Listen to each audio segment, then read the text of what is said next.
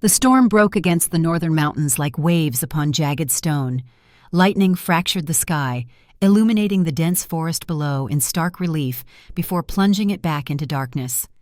Rain fell in heavy sheets, turning the forest floor into treacherous mud that could swallow a man's boot whole.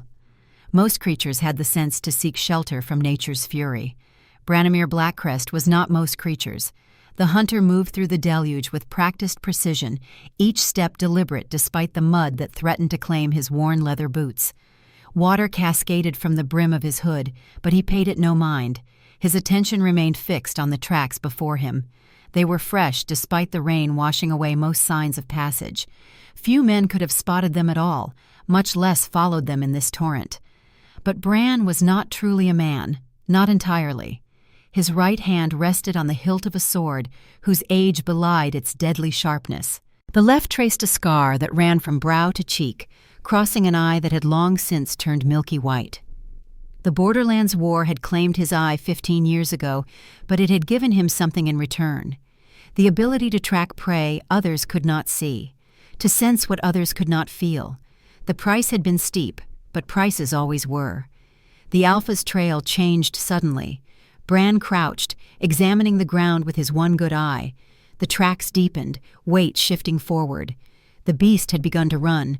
Bran rose and quickened his pace. His quarry sensed him now. Good. The hunt always became more interesting when prey and predator acknowledged each other. Lightning split the sky once more, and in that flash of brilliance, Bran caught sight of movement ahead.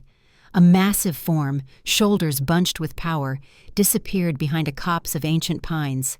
Larger than any normal wolf had a right to be. An alpha gone rogue, surrendering to the feral impulses that lurked within all their kind. Such creatures were rare but deadly.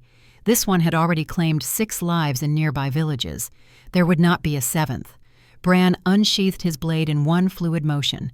Silver glinted along its edge, the metal that burned their kind like fire.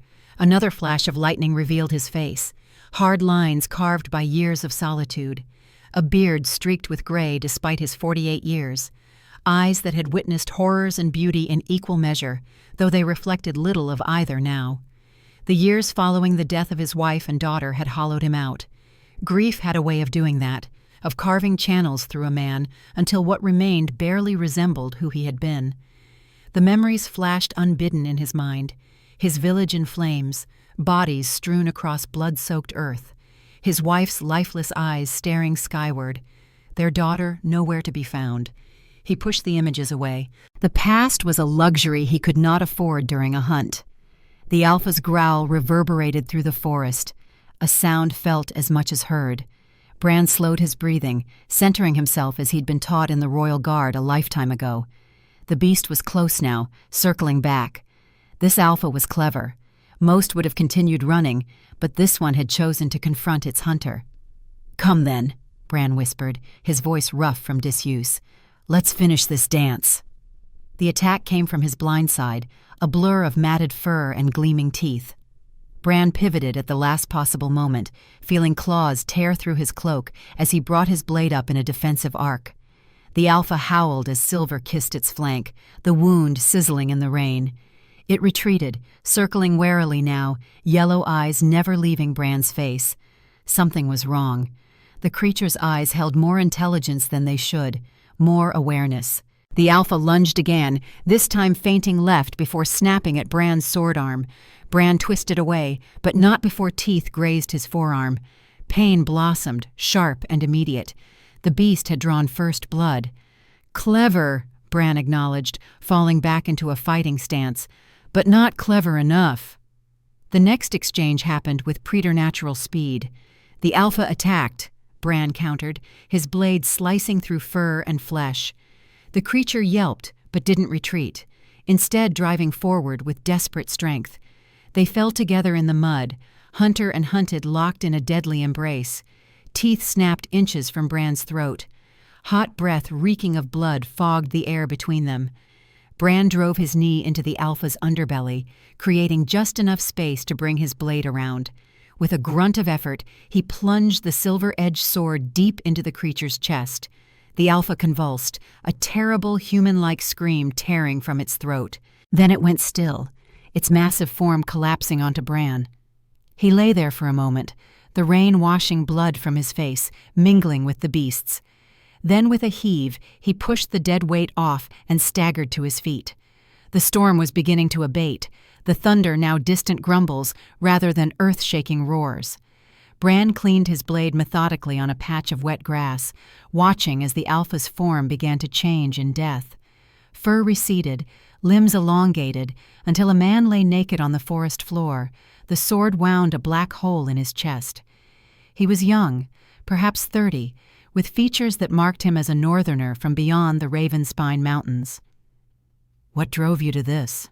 Bran murmured, kneeling beside the corpse. No answer came, of course. The dead kept their secrets. Bran searched the body, finding nothing but a silver pendant around the man's neck. He pried it open to reveal a lock of dark hair and a small portrait. A woman with eyes like summer storms and a child with the same features. Family. Something this man had once cherished enough to carry their likenesses close to his heart. What transforms a man who loves into a beast who kills? The question followed Bran as he completed the grim ritual all hunters observed.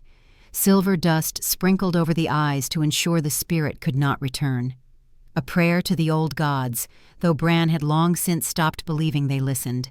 Then fire, consuming what remained until only ashes mixed with mud. Dawn broke as Bran made his way out of the forest. The village of Shadowfell appeared on the horizon, smoke rising from morning fires, people beginning their day unaware of the death that had occurred in their shadows. They would sleep easier tonight, though they would never know why. The village was preparing for something. Colorful banners hung between buildings, and workers constructed a dais in the central square. Bran frowned, trying to recall what celebration might warrant such preparations in the lean, early winter months. The choosing ritual. The realization hit him with unexpected force. Every 5 years, the Alpha nobility traveled to outlying villages to select potential mates from among the Omegas. A tradition as old as the 7 territories themselves, and one Bran had not thought of in years. His own wife had been chosen in such a ceremony, though theirs had been a love match, rare in a world where unions were typically political. He made his way to the village inn, ignoring the stares that followed him. His kind were rarely welcomed with open arms, merely tolerated for the protection they provided. The innkeeper, a portly man with nervous eyes, nearly dropped the mug he was cleaning when Bran entered.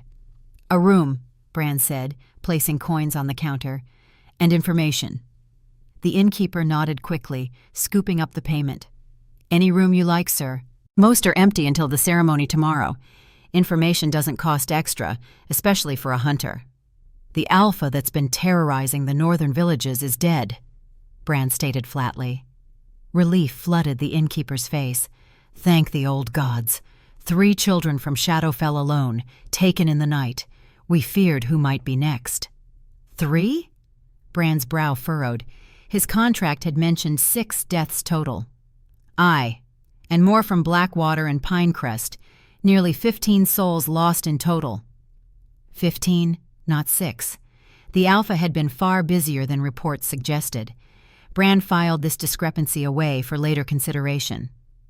"Tell me about the choosing ritual preparations," Bran said, accepting a key from the innkeeper. "Grand affair this time. Word is King Alaric himself is attending." The innkeeper leaned forward, lowering his voice. "They say the Ravencliff curse grows stronger. Perhaps he seeks a cure among our Omegas." The Ravencliff curse, another memory Bran had tried to bury. Black veins spreading beneath royal skin, turning blood to ice, heart to stone. The curse that had been the birthright of the Ravencrest line for centuries, the price of their power. "Any notable Omegas in Shadowfell?" Bran asked, keeping his voice casual. The innkeeper snorted. "Just old Gregor's ward. Strange girl, beautiful in her way, but mute as stone. Some say cursed, though others claim she has the gift of seeing what others cannot." A chill that had nothing to do with his wet clothes ran down Bran's spine. "This ward. What's her name?" "Serena, they call her. Serena Moonshadow, though that's not a proper family name. Gregor gave it to her when he took her in as a child. Found her wandering the forest, they say, unable to speak or remember where she came from. Bran's hand tightened around the room key until the metal bit into his palm. Where might I find this Gregor? The apothecary shop stood at the edge of the village square, its windows clouded with condensation from the herbs drying inside. Bran watched from across the way, observing the comings and goings of villagers seeking remedies for various ailments. The proprietor, Gregor, matched his reputation, a thin man with grasping hands and eyes that calculated profit with every transaction. It was near midday when Bran finally caught sight of her. She emerged from the back of the shop carrying a basket of freshly cut herbs, tall for a woman, with unusual grace in her movements. Her hair fell in waves the color of midnight, framing a face that might have been carved by an artist, with an eye for subtle beauty rather than obvious allure. But it was her eyes that captured Bran's attention even from a distance, gray like storm clouds, with an unusual silvery quality that seemed to reflect light differently than ordinary eyes should. Serena Moonshadow moved through the crowd with practiced detachment, her gaze downcast as she made her way to a small stall where she began arranging her herbs. Her fingers worked with efficiency, sorting and bundling plants whose names Bran had long forgotten. Occasionally she would look up when addressed, nodding or shaking her head in response to questions. Her hands would sometimes form shapes in the air, a language of gesture that some villagers seemed to understand. A young mother approached with a fussing infant. Serena's expression softened immediately. She selected several herbs, grinding them quickly with mortar and pestle before wrapping the mixture in a small cloth. No money changed hands. The mother's grateful smile seemed payment enough.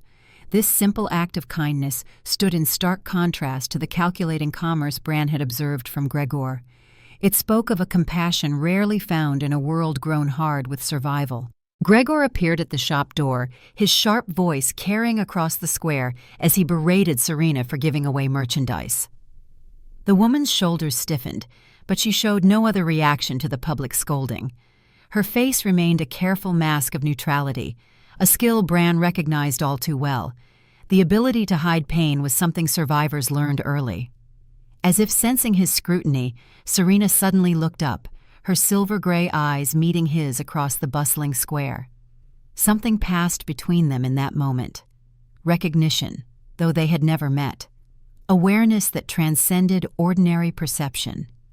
For a heartbeat, Bran felt as though she could see through the carefully constructed walls he had built around himself, straight to the hollow spaces grief had carved within him. He was the first to look away. The rest of the day passed in methodical preparation. Bran cleaned and oiled his weapons, a ritual that required no thought, leaving his mind free to consider the troubling discrepancies surrounding the rogue Alpha. 15 deaths, rather than 6. The unusual intelligence in the creature's eyes, the pendant with family portraits. Something larger was at work here, something beyond a simple case of an Alpha succumbing to bloodlust. But what? Evening found Bran in the crowded tavern below his rented room. The village buzzed with anticipation for tomorrow's ceremony, locals and visitors alike sharing rumors about which nobles might attend, which Omegas might be chosen. Bran nursed a tankard of ale, positioned in a shadowed corner where he could observe without participating in the speculative frenzy. "They say King Alaric barely resembles himself anymore," a merchant whispered to his companion at a nearby table. "The curse advances faster than with any previous Ravencrest. Black veins cover half his face now, and his touch freezes water solid. Yet still he clings to power," the companion replied. "His cousin Morgana would make a more stable ruler, curse-free as she is." "Careful," the merchant cautioned, glancing around nervously. "The walls have ears, especially with royal guards in the village." Bran's interest sharpened. He had not heard of royal guards arriving yet. The choosing ritual wasn't scheduled until tomorrow. His answer came sooner than expected. The tavern door swung open with enough force to bang against the wall. Conversation died instantly. 4 figures entered, their black leather armor bearing the silver raven insignia of the royal guard. They moved with the coordinated precision of men who had fought together for years, scanning the room with practiced efficiency. Their leader, a tall woman with a scar bisecting her left eyebrow, stepped forward. By order of King Alaric Ravencrest, Lord of the Seven Territories and Master of the Northern Realms, all citizens are to remain in their homes after sundown until the completion of tomorrow's choosing ritual. Murmurs of discontent rippled through the crowd. The curfew would disrupt the traditional pre-ceremony celebrations. Furthermore, the guard captain continued, all Omegas of eligible age are required to present themselves at the village square at first light for preliminary evaluation. This announcement provoked louder protests. Preliminary evaluations were unusual, breaking with centuries of tradition, where all Omegas were presented equally during the formal ceremony. The captain raised a gloved hand for silence. Any who fail to comply will be considered in violation of royal decree. Her gaze swept the room, lingering briefly on Bran before moving on. That is all. The guards departed as abruptly as they had arrived, leaving a wake of uneasy speculation. Bran remained motionless, processing this development. Preliminary evaluations suggested King Alaric was seeking something specific among the Omegas, not merely fulfilling traditional obligations. Combined with rumors of the advancing curse, the picture forming in Bran's mind was troubling. He had seen the results of desperate searches for cures before. They rarely ended well for those being searched. Dawn arrived with the sound of horns. Bran watched from his window as villagers gathered in the square, Omegas and their families forming a nervous line before the royal pavilion that had been erected overnight. Guards maintained rigid formation around the perimeter, their hands resting conspicuously on sword hilts. Among the assembled Omegas stood Serena, her dark hair bound simply at the nape of her neck, wearing a dress of faded blue that had seen better days. Unlike the others who clustered together whispering anxiously, she stood slightly apart, her posture straight but not proud, ready to endure whatever came, but harboring no illusions about her prospects. Gregor hovered nearby, his expression oscillating between irritation at the inconvenience and calculation of potential profit. Bran had observed enough the previous day to form a clear assessment of the man's character. Gregor saw his ward as property, an investment finally mature enough to yield returns. The thought soured Bran's already dark mood. A new procession appeared at the village entrance. Riders on black horses, their armor gleaming in the morning light, escorted an ornate carriage whose wood appeared to be carved from a single massive tree. Ravens were inlaid in silver along its sides, their eyes set with red stones that caught the sunlight like drops of blood. The carriage stopped before the pavilion. A hush fell over the crowd. The door opened, revealing darkness deeper than it should have been given the bright morning light. A figure emerged, and gasps rippled through the gathered villagers. King Alaric Ravencrest stood before them, tall and imposing, despite the toll the curse had clearly taken. His once handsome features remained, but black veins spread across the right side of his face like cracks in porcelain. His left eye gleamed a natural blue, but the right had turned obsidian black, the pupil indistinguishable from the iris. He wore armor of midnight blue rather than the traditional formal attire of previous choosings, and frost formed briefly on the ground where he stepped. But it was not the king's appearance that caused Bran's breath to catch. It was the sense of recognition that struck him like a physical blow. Cousins they might be, but the years of estrangement had done nothing to erase the blood connection between them. The boy Bran had once taught to hunt had become this cursed king, bearing the weight of a crown neither of them had truly wanted. Their eyes met across the distance. Recognition flashed in Alaric's mismatched gaze, followed quickly by something harder to define. Perhaps regret for the circumstances of their last parting. Perhaps merely surprise at finding his exiled cousin in this unremarkable village. The moment passed. Alaric turned his attention to the assembled Omegas, his voice carrying clearly despite its low timbre. People of Shadowfell, the crown acknowledges your loyalty to the Seven Territories and your adherence to the ancient traditions. Frost formed with each word, crystallizing in the air before dissipating. Today's choosing serves a purpose beyond tradition. The Ravencliff curse grows stronger with each generation. I seek not merely a consort, but a potential cure. Murmurs swept through the crowd. Never before had a king spoken so openly about the curse, acknowledging weakness before commoners. Each eligible Omega will be brought before me individually, Alaric continued. "Fear not. No harm will come to any who participate." Bran's jaw tightened. Such reassurances were rarely offered when harm was not a possibility. The evaluation began immediately. One by one, Omegas were escorted into the pavilion, emerging minutes later looking variously relieved, disappointed, or confused. Some wept quietly as they rejoined their families. Others simply looked bewildered. None spoke of what transpired inside. When Serena's turn came, Bran found himself moving closer to the square, abandoning his observer's position. Something about her quiet dignity as she approached the pavilion stirred protective instincts he had thought long dead. Gregor attempted to accompany her, but guards blocked his path. "The king sees candidates alone," the female captain stated flatly. "She's mute," Gregor protested. "How will she answer his questions?" "The king is aware," came the reply, raising questions about how much research had preceded this visit. Serena disappeared into the pavilion. Minutes stretched longer than with previous candidates. The crowd grew restless, conversations rising in volume as speculation ran rampant.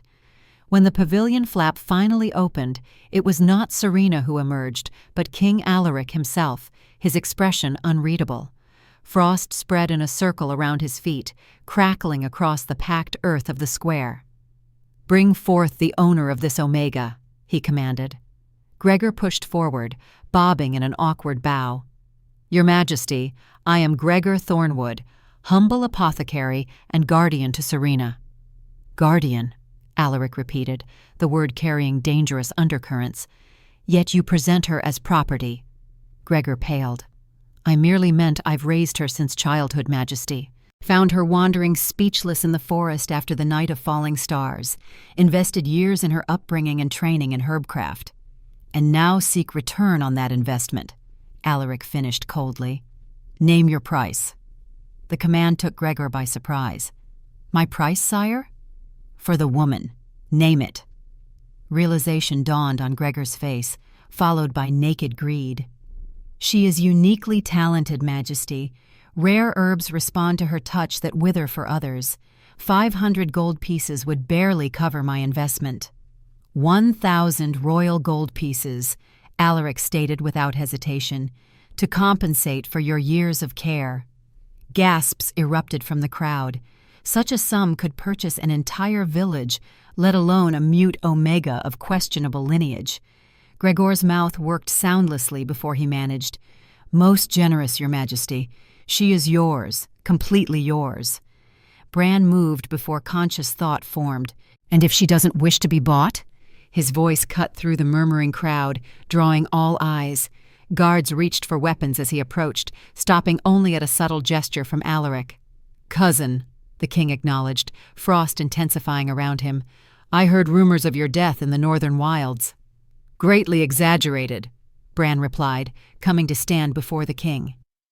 15 years of exile hung between them, unspoken but present in every breath.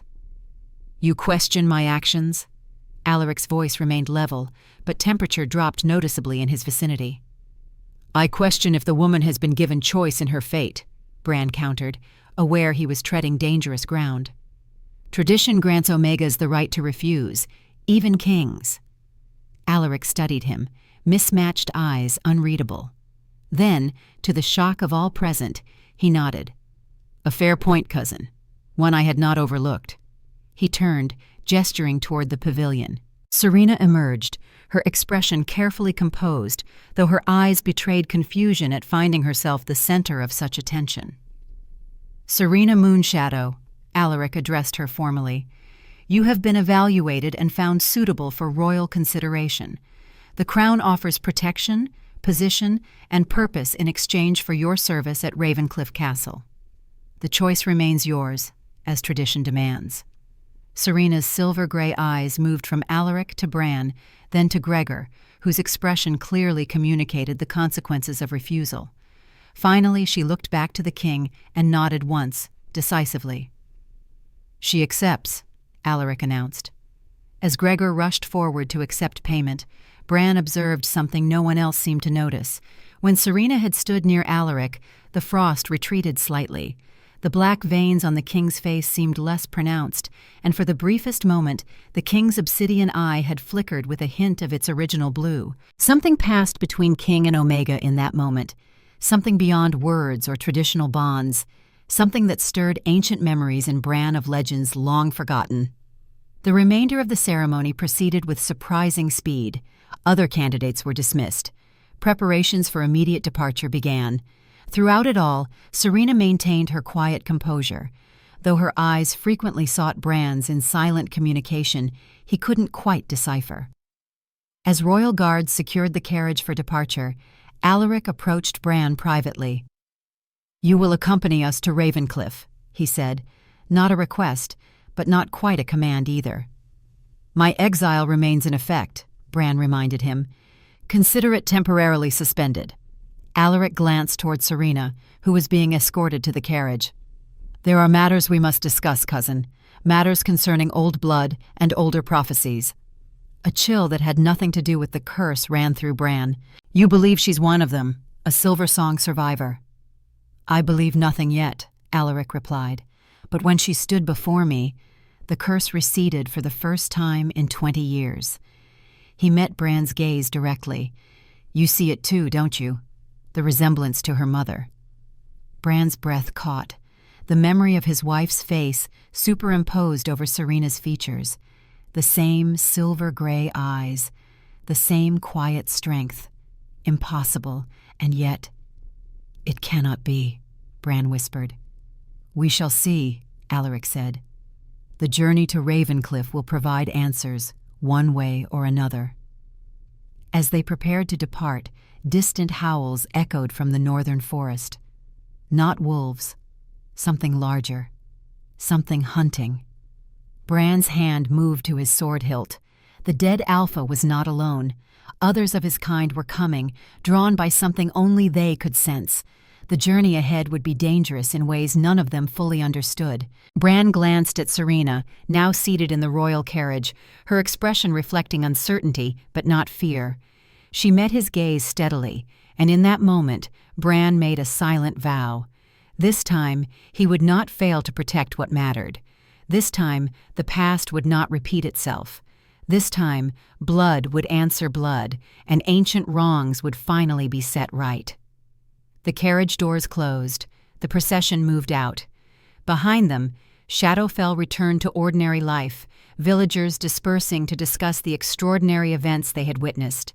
None would forget the day King Alaric came seeking a cure and departed with a mute Omega, whose silver eyes reflected secrets older than the 7 territories themselves. And somewhere in the gathering darkness, creatures with human minds and bestial forms tracked their scent, patient hunters awaiting the perfect moment to strike.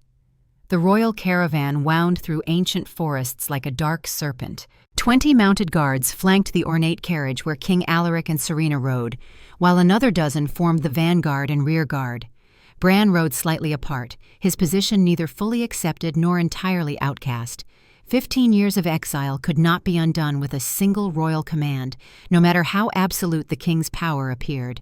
The journey to Ravencliff Castle would take 3 days under ideal conditions. These conditions were far from ideal. Storm clouds gathered on the horizon, promising weather that would slow their progress. More concerning were the howls that occasionally echoed through the forest, always maintaining a consistent distance from the caravan. Following, but not yet attacking. Night descended swiftly in these northern lands. They made camp in a clearing beside the Old King's Road, guards establishing a perimeter, while servants erected the royal pavilion with practiced efficiency. Bran observed the routine with detached interest, noting the subtle changes since his time in service. More emphasis on defensive positions, greater vigilance, signs of a kingdom increasingly under threat, though from what exactly remained unclear. When summoned to the king's pavilion, Bran found Alaric seated at a portable desk, reviewing maps by lantern light. The curse seemed more pronounced in the shadowed interior. Black veins pulsed visibly across the right side of the king's face, and frost formed with each exhalation despite the warmth of the braziers. "The night hunters have grown bolder," Alaric stated without preamble, gesturing to marked locations on the map. 15 attacks in the past month. Always isolated settlements. Always total slaughter.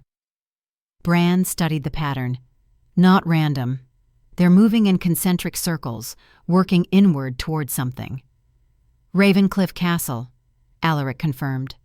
Or more specifically, what lies beneath it. The ancestral caverns are just legend, Bran said, though uncertainty tinged his voice. So were the night hunters once. Alaric's mismatched eyes met Bran's. Things long buried are awakening, cousin. The balance shifts. The tent flap opened before Bran could respond. Captain Elira, leader of the Royal Guard, entered with Serena. The mute woman had been provided with fresh attire, simple but of quality fabric that suited her natural dignity. Her silver-gray eyes took in the scene with quiet intelligence, lingering momentarily on the frost patterns spreading from where Alaric sat. "Your Majesty," Captain Elira said with crisp efficiency, "the perimeter is secured, but scouts report movement in the western approach. Not ordinary wolves." "Double the watch," Alaric ordered. "No fires after midnight."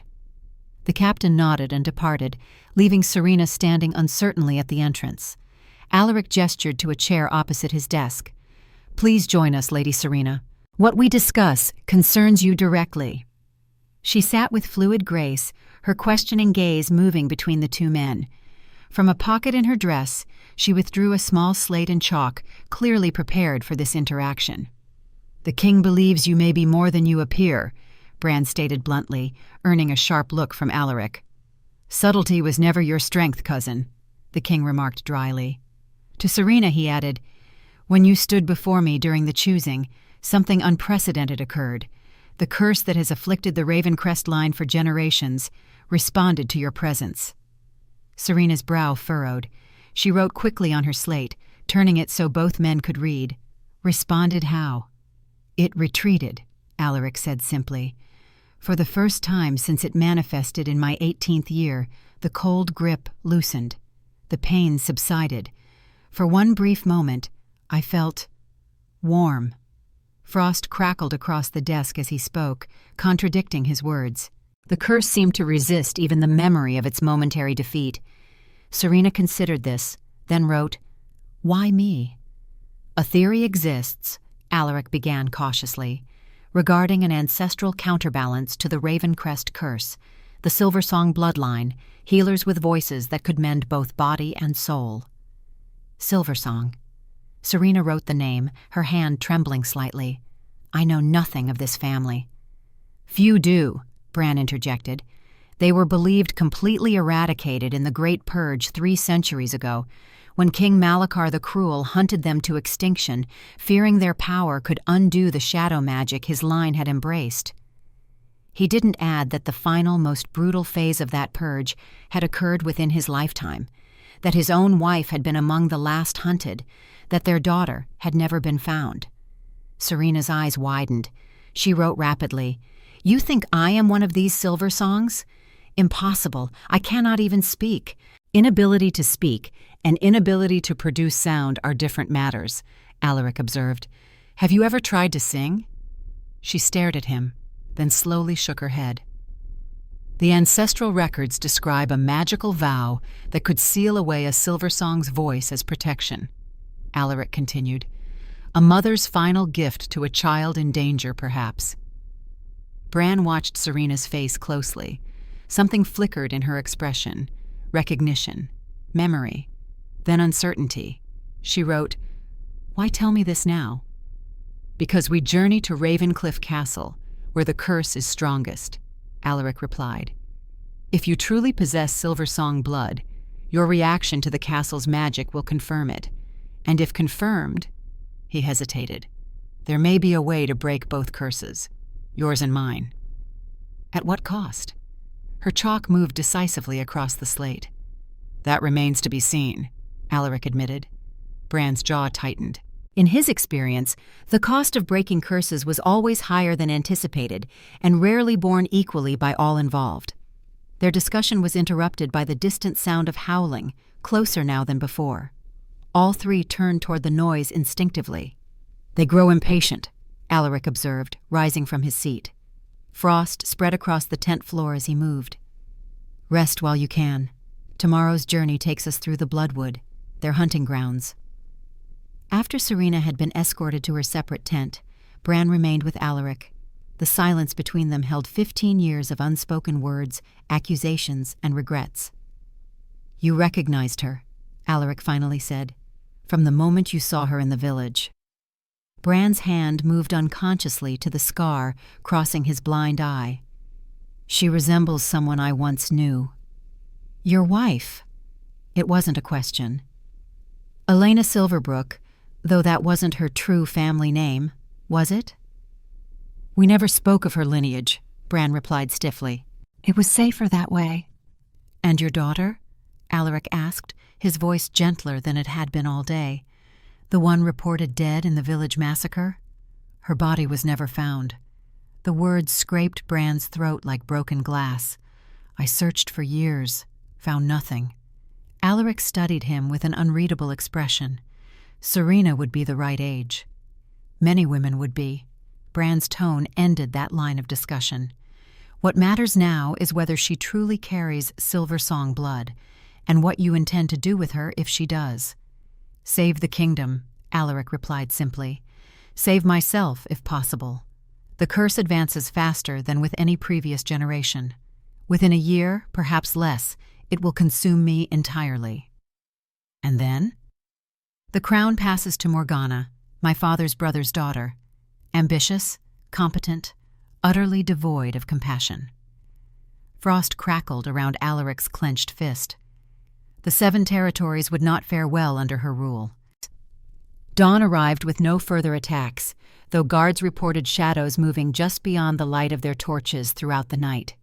The caravan resumed its journey with heightened vigilance, scouts ranging ahead and to the sides of the main group. Bran found himself riding beside the royal carriage, close enough to glimpse Serena through the window. She sat with perfect posture, despite the carriage's jarring movement over rough roads, her attention focused on the passing landscape. When she noticed his gaze, she offered a small, hesitant smile that transformed her solemn features. Something twisted painfully in Bran's chest. It had been many years since anyone had smiled at him with anything but fear or calculation. The Bloodwood loomed before them by midday, a dense forest of ancient trees whose bark bore a distinctive reddish hue. Legends claimed the color came from centuries of bloodshed, the forest having witnessed countless battles during the territorial wars. More practical minds attributed it to mineral content in the soil.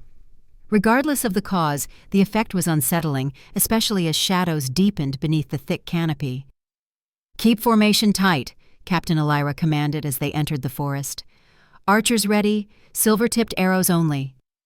The temperature dropped noticeably as they traveled deeper into the Bloodwood. Breath fogged in the air despite the season. Birds fell silent. Even the horses grew uneasy, their ears flicking nervously at sounds too subtle for human perception. It happened with terrifying swiftness. One moment the caravan moved in orderly procession through the silent forest. The next, chaos erupted as massive forms crashed through the underbrush from all sides. Not ordinary wolves, nor even alpha shifters in wolf form. These creatures stood taller than horses, their fur matted with what appeared to be congealed shadow rather than blood. Their eyes glowed with unnatural amber light, and when they opened their jaws, darkness, rather than saliva, dripped from yellowed fangs. Night hunters. Legendary predators thought extinct for generations. Guards shouted orders as they formed defensive positions around the royal carriage. Arrows flew, some finding their marks with meaty thuds. The creatures that were hit howled in pain but did not fall, the silver tips causing wounds that smoked but did not kill. Bran drew his sword in a fluid motion and drove his horse toward the nearest attacker, which had dragged a guard from his saddle and pinned him to the ground. The silver-edged blade bit deep into the creature's shoulder. It released its victim with a snarl of rage, turning to face this new threat. Up close, the night hunter was even more terrifying. Its features contained hints of humanity, distorted by bestial transformation. Intelligence gleamed in those amber eyes, an awareness that separated these predators from ordinary animals. They were hunting with purpose, with strategy. "The carriage!" Bran shouted to the nearest guards. "They're targeting the king!" Indeed, the largest concentration of attackers converged on the royal carriage, overwhelming the defensive line through sheer numbers. The carriage driver was torn from his seat.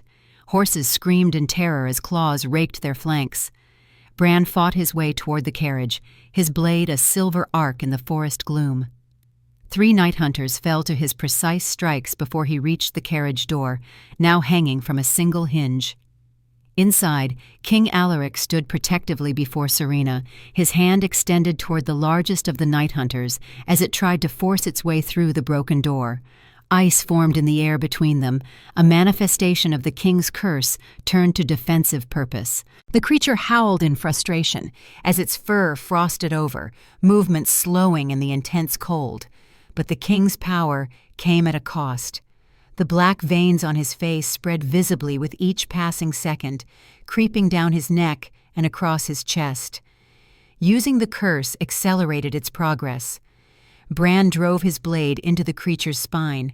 It collapsed with a sound too human to be called a howl and too agonized to be anything else. "Get to the horses," Bran ordered, extending his hand to help Serena from the carriage. "We can't hold them off much longer." Alaric staggered, the effort of wielding the curse leaving him momentarily weakened. "The castle isn't far. If we can reach the mountain pass—" A new sound cut through the chaos of battle. A single pure note, impossibly high and clear, resonated through the forest. Every creature froze, their amber eyes turning toward the source. Serena stood beside the broken carriage, her lips parted though no sound emerged from her throat. Yet the note continued, growing in intensity until it vibrated through bone and blood. Silver light emanated from her hands, spreading upward to outline her entire form in a ghostly nimbus. The night hunters retreated, their movements no longer predatory but fearful. They slipped back into the shadows of the bloodwood, leaving only their wounded and dead behind. As suddenly as it began, the note ended. The silver light surrounding Serena winked out. She swayed, her eyes rolling back as unconsciousness claimed her. Bran caught her before she hit the ground, cradling her with an instinctive gentleness that belied his warrior's hands. "Silver Song," Alaric whispered, staring at the unconscious woman with newfound certainty. There can be no doubt now. The remainder of their journey passed in tense vigilance, but no further attacks came. Serena remained unconscious, carried in the repaired royal carriage with Bran keeping close watch. By sundown, the forest thinned as they began the ascent into the Ravenspine Mountains, and there, silhouetted against the darkening sky, Ravencliff Castle finally appeared. Built directly into the mountain face, the castle seemed to grow from the stone itself. 7 towers of increasing height formed the shape of a raven's outspread wing, the tallest piercing the clouds that perpetually shrouded the mountain peak. No flags flew from those towers. No decorative banners softened the fortress's imposing silhouette. This was not a place designed to welcome or impress, but to endure, to contain. As they approached the massive iron gates, Bran felt an unexpected twinge of homecoming. 15 years of exile had not erased the bone-deep recognition of the place where he had spent his formative years. Training in the Western Courtyard, studying in the Central Library, standing guard during councils of state, before the accusations, before the exile. The gates opened without visible signal. Within the outer courtyard, castle staff waited in precise formation, their faces betraying no emotion at the caravan's bedraggled state. Such was the discipline of Ravencliff, unchanged through generations. "Take Lady Serena to the East Tower guest chambers," Alaric commanded as attendants approached. "Summon healer Lyra immediately." Bran reluctantly relinquished Serena to the care of female attendants, watching as they carried her with gentle efficiency toward the eastern wing of the castle. Something protective and possessive stirred within him, feelings he had thought long dead. "She is safe here," Alaric said, correctly interpreting Bran's concern, "at least from external threats." The implicit acknowledgement of internal dangers was not reassuring. "Your quarters have been maintained," Alaric continued, surprising Bran. "The North Tower, 3rd floor." "My exile was meant to be permanent," Bran remarked. Why maintain quarters for a banished man? Alaric's expression shifted, the cursed half of his face remaining rigid while the other revealed a fleeting vulnerability. Perhaps I always hoped circumstances would change. Before Bran could respond to this unexpected sentiment, a new figure approached from the castle's main entrance. Lady Morgana Ravencrest moved with the fluid confidence of someone who knew precisely her place in the world and was entirely satisfied with it. Tall and striking rather than traditionally beautiful, she had inherited the Ravencrest bearing without the curse that plagued the direct royal line. "Cousin," she greeted Alaric with a precise curtsy, "we did not expect your return so soon. Was the choosing ritual not to your liking?" Her gaze shifted to Bran, surprise momentarily cracking her composed facade. "Branimir Blackcrest. Now here is a ghost from the past. Has your exile been rescinded, or is this merely a temporary resurrection?" "Lady Morgana," Bran inclined his head, neither a bow nor a dismissal. "Still as direct as ever?" "One of us should be," she replied coolly before turning back to Alaric. "The council awaits your report on the choosing. Lord Corvus is particularly anxious to hear if you found suitable candidates." "I found what I sought," Alaric stated simply. "The council will be informed when I deem appropriate." Morgana's eyes narrowed slightly at the rebuff. "As you wish, Your Majesty, though I would caution that in these uncertain times, transparency with your advisors might be advisable." "I'll consider your counsel," Alaric replied, in a tone that suggested otherwise. "Now, if you'll excuse us, it's been a trying journey." Bran watched Morgana retreat into the castle, her rigid posture betraying her displeasure more clearly than words could have. "She's consolidated power in your absence," he observed. "Morgana has always excelled at identifying and exploiting weaknesses," Alaric agreed, frost forming briefly around his feet. "Including mine." They parted ways in the central hall, Alaric to attend to urgent matters of state, Bran to rediscover quarters he had not seen in 15 years. The North Tower had always been reserved for the royal family's closest relations, its position offering views of both the castle grounds and the vast wilderness beyond. That his chambers remained, despite his exile, spoke volumes about the complicated relationship between the cousins. The room was exactly as he remembered, though meticulously maintained. His books still lined the shelves, arranged precisely as he had left them. The weapons he couldn't carry into exile hung on their designated racks. Even the carved wooden falcon his father had made remained on the mantel, dust-free and positioned just so. It was as if time had stopped within these walls, preserving a life interrupted. Bran stood at the window, watching darkness claim the mountains as torches were lit along the castle walls. Somewhere in the East Tower, Serena lay unconscious, her hidden power momentarily revealed in the bloodwood. The woman who might be the last Silversong, who might, against all probability, be his lost daughter. A soft knock interrupted his thoughts. He opened the door to find Healer Lyra, a woman of middle years whose grave expression immediately heightened his concern. "Lady Serena has awakened," she informed him. "The king requests your presence in the East Tower immediately." "Her condition?" Bran asked as they hurried through the castle corridors. "Physically stable," the healer replied carefully, "but there have been developments." The East Tower guest chambers were the finest in Ravencliff outside the royal apartments themselves. Designed for visiting dignitaries, they offered both luxury and security in equal measure. Bran found Alaric standing at the bedchamber window, frost spreading in intricate patterns across the glass. Captain Elira stood guard at the door, her hand resting on her sword hilt. Serena sat propped against pillows on the massive bed, her dark hair loose around shoulders that seemed too slight for the burdens placed upon them. Her face was pale but composed, those remarkable silver-gray eyes alert and aware. When she saw Bran enter, relief visibly washed over her features. "She remembers," Alaric said without preamble. "The magical vow is weakening after her display of power in the Bloodwood." Bran moved closer to the bed. "Remembers what, exactly?"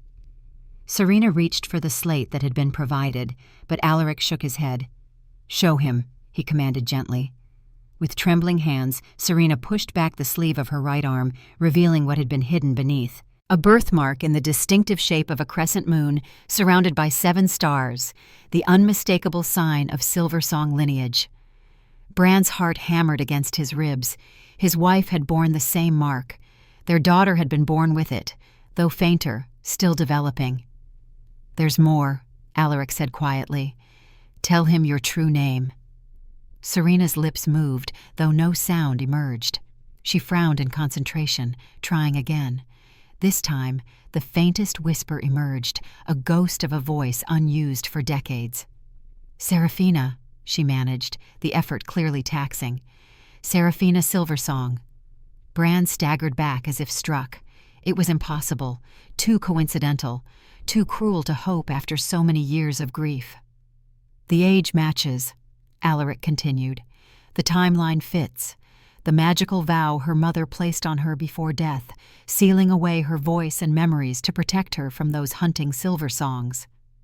"You cannot know this," Bran protested, even as certainty grew within him. "It's conjecture." Serena wrote quickly on her slate, turning it for him to read. "I remember fragments, a burning village, a woman with my eyes singing as she died, a promise to stay silent, stay hidden, stay alive." The words matched almost exactly what Elena had told him she would say to their daughter if the hunters ever found them. A contingency plan he had hoped they would never need. Hope and disbelief warred within Bran as he studied Serena's face, searching for confirmation of what his heart already knew. The shape of her eyes, so like Elena's. The determined set of her jaw, reminiscent of his own. The birthmark that had been passed through generations of Silversong women. "There is one way to be certain," Alaric said softly. "The bloodline recognition ritual. It would confirm if she carries your blood, cousin." The ritual was ancient, dating back to when disputes over succession were common among alpha families. A simple sharing of blood that would reveal kinship through magical reaction. Painless but intimate, and not without risk if the curse interfered. Serena nodded her consent, her gaze never leaving Bran's face. Healer Lyra stepped forward with a small ceremonial knife. 3 drops from each, mixed but not mingled, she instructed, preparing a silver bowl. Bran extended his hand. The healer made a small incision across his palm, collecting the required blood. She then turned to Serena, performing the same procedure with practiced care. As the blood droplets met in the silver bowl, Alaric leaned forward in anticipation. For a moment, nothing happened. Then the combined blood began to glow with soft silver light, forming patterns too precise to be random. The crescent moon and 7 stars of the Silversong line intertwined with the wolf and sword of the Blackcrest family. "Father," Serena whispered, the word barely audible but unmistakable. Something broke inside Bran, a dam that had held back grief for 15 years. He moved without conscious thought, gathering his daughter, his child, alive and found after so many years of searching, into a careful embrace. She returned it with surprising strength, her shoulders shaking with silent sobs. "How?"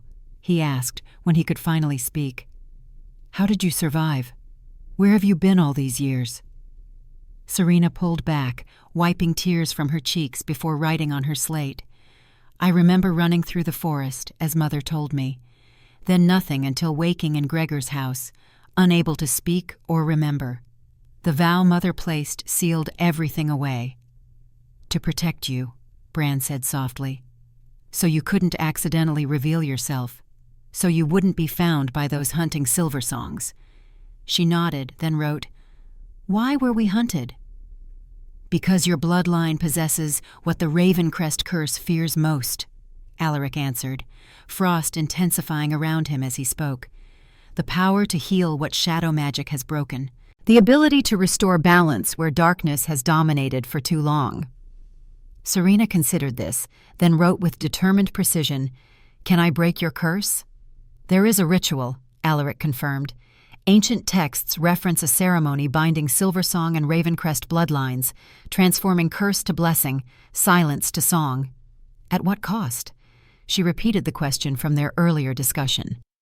"The texts are unclear," Alaric admitted. They speak of sacrifice, of permanent transformation for both participants. What exactly that means? He spread his hands, frost crystallizing in the air. You didn't bring her here just to restore her to me, Bran said quietly. You brought her to save yourself, to save the kingdom. Yes, Alaric acknowledged without apology, but I will not force the ritual upon her. The choice must be freely made, or it will fail. Serena's expression grew thoughtful. She wrote carefully, I need time to remember, to understand what I am, what I might become. Of course, Alaric agreed. The ancient library contains all records of Silversong history that survived the Purge. It is at your disposal. Bran can help interpret the older texts. Captain Elira, who had remained silent throughout the emotional reunion, suddenly stiffened at her post. Your Majesty, she interrupted. Lords Corvus and Matthias approach, with Lady Morgana. Alaric's expression hardened. They were not summoned. No, sire, the captain confirmed. They insist on an audience regarding the choosing ritual outcome.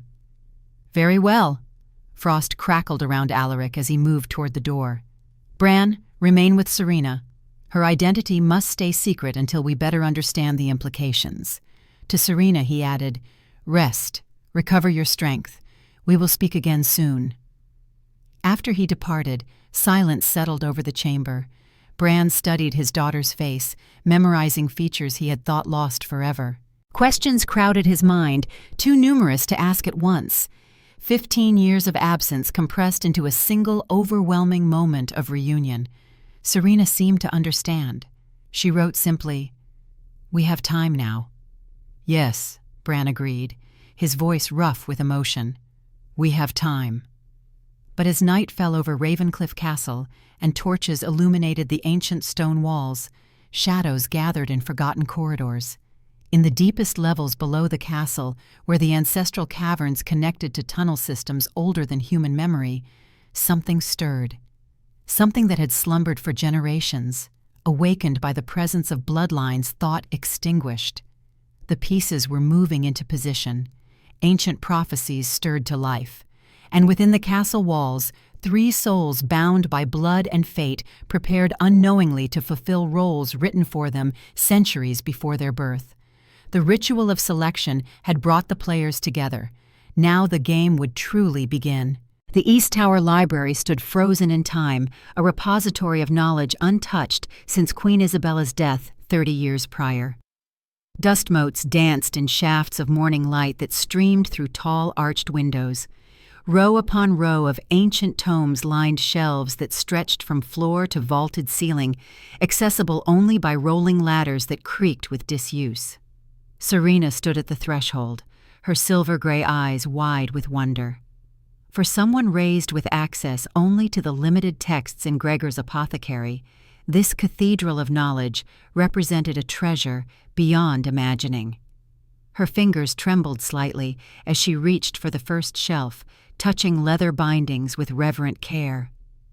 My mother spent most of her time here, Alaric said, watching Serena's reaction with quiet satisfaction. She believed knowledge was the true currency of power, more valuable than gold or armies. Frost followed his footsteps as he moved deeper into the library, but Serena noticed something curious.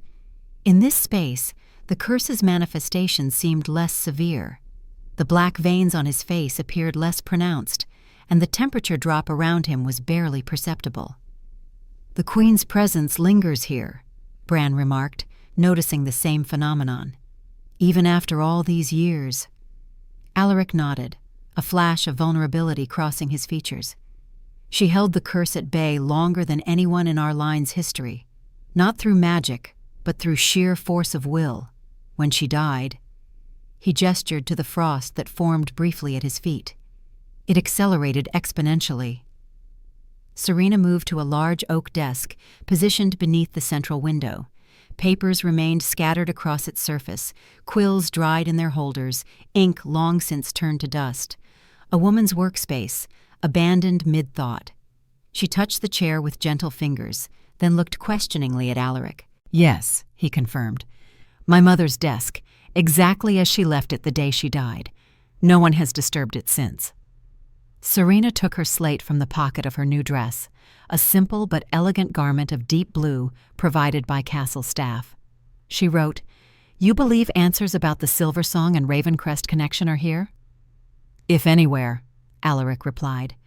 "Queen Isabella spent decades researching the curse, seeking alternatives to the dark magic that sustains our line's power. She believed the Silver Songs held the key." Serena contemplated this, then wrote, "Where should we begin?" "The restricted section," Bran suggested, moving toward a small alcove separated from the main library by an ornate iron gate. "That's where the most sensitive records would be kept." The gate opened at Alaric's touch, suggesting it responded to Ravencrest blood rather than conventional locks. Within the alcove, shelves contained older volumes bound in materials that seemed to shimmer slightly in the light. Some bore warning sigils on their spines, others were chained to the shelves themselves. "These texts date back to the Founding Era," Alaric explained. "Some were written by the first Ravencrests who made the blood pact that would eventually become our curse. Others," he indicated a shelf of slimmer volumes bound in pale leather. "These are Silver Song records, salvaged before their extinction, or what we believed was their extinction." Serena approached these volumes with particular interest, running her fingers along their spines. As she touched one bound in silver-white leather, a strange thing happened. The book seemed to vibrate beneath her fingertips, emitting a faint silvery glow. She drew back in surprise. "Blood recognition," Bran said softly. "The book knows you." She carefully removed the volume from its shelf. The cover bore no title, only the now familiar emblem of a crescent moon surrounded by 7 stars. When she opened it, the pages revealed text written in flowing script that shifted slightly as they watched, changing from an ancient tongue to modern language. "Remarkable," Alaric breathed, frost momentarily forgotten. "The book adapts to its reader." The three gathered around the central table as Serena placed the book before them. The opening page now clearly displayed a title: "The Harmony of Opposites, Chronicles of the Silver Voice and Shadowheart." What followed was a history older than the 7 territories themselves.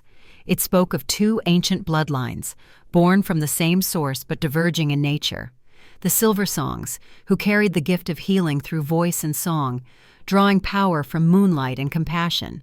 The Ravencrests, who wielded shadow magic, protecting the realm through strength and sometimes necessary darkness. For centuries, the text revealed, these families had maintained balance, not enemies but counterweights, ensuring neither light nor shadow dominated. The Silver Songs healed and nurtured, the Ravencrests protected and enforced. Together, they had maintained peace throughout the territories, until the Great Severance. "This contradicts everything in our official histories," Alaric said, leaning forward intently. "We're taught the Silver Songs were always enemies, practitioners of dangerous magic that threatened royal authority." Bran's expression darkened. "History is written by victors, and often rewritten to justify atrocity." They continued reading, discovering that the Great Severance occurred when King Malachar Ravencrest, fearing his power was being undermined by Silver Song influence, made a terrible bargain with entities known only as those who dwell below.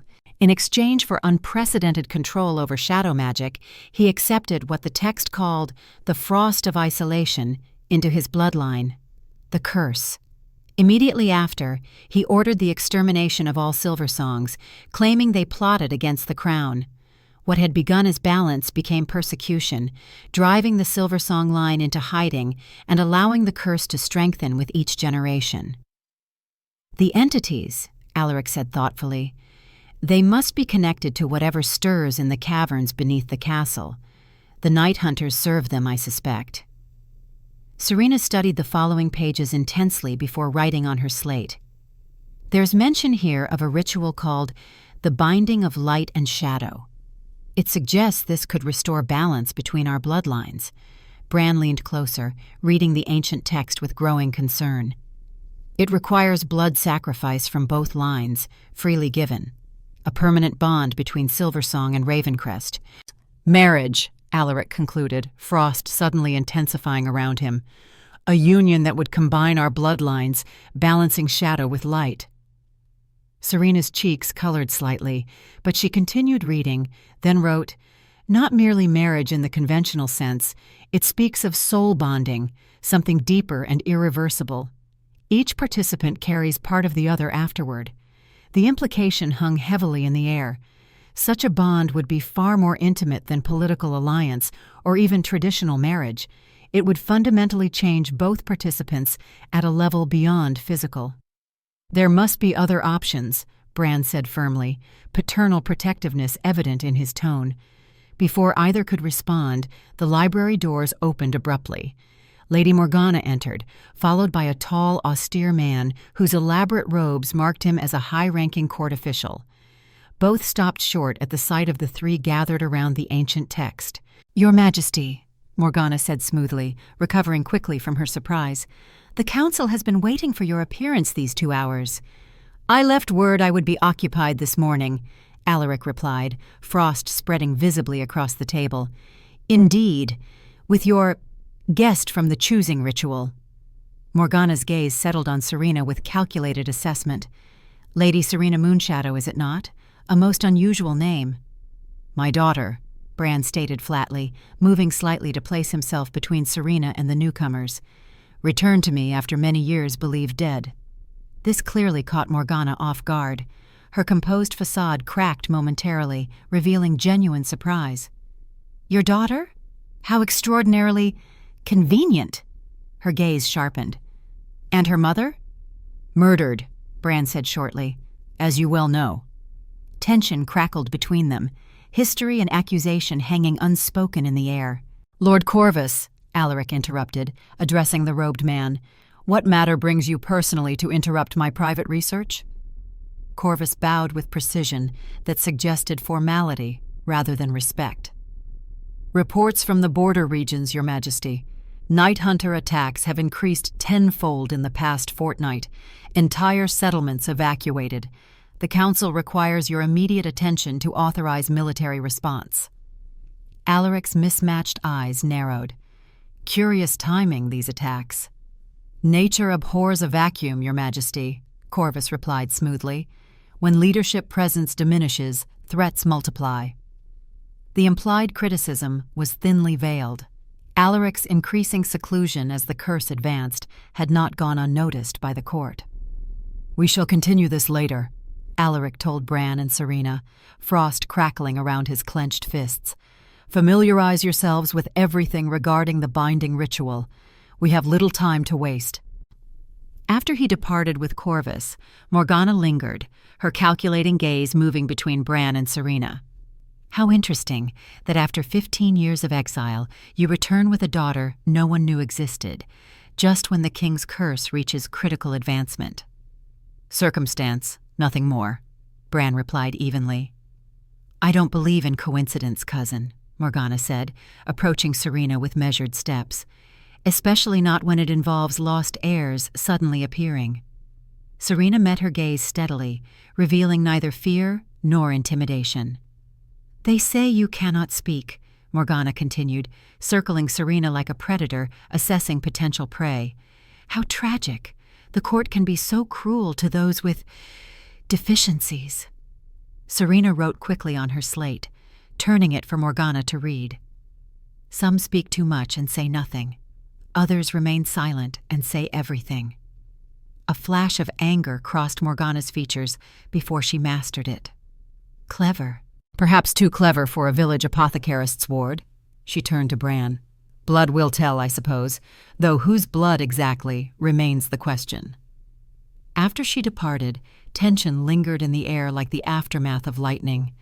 Bran's hand remained on his sword hilt, his posture alert even after the immediate threat had passed. "She suspects," he said quietly. "Morgana has always been perceptive." Serena wrote, "She fears me. Why?"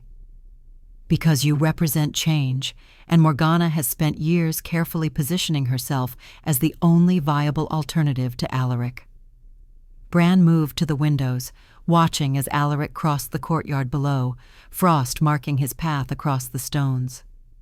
If the curse can be broken or transformed, her claim to succession weakens. "Do you trust Alaric's intentions toward me?" Serena wrote after a moment's consideration. Bran turned to study his daughter's face. Despite 15 years of separation, he recognized the determined set of her jaw, the same expression Elena had worn when facing difficult truths. "Alaric is complicated.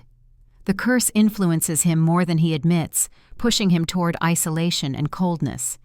But the man beneath the frost still fights for his kingdom and his people." "And the binding ritual? Would you support such a union?" The directness of the question took Bran by surprise. "I've only just found you," he said softly. "The thought of risking you in an ancient ritual with unknown consequences." He shook his head.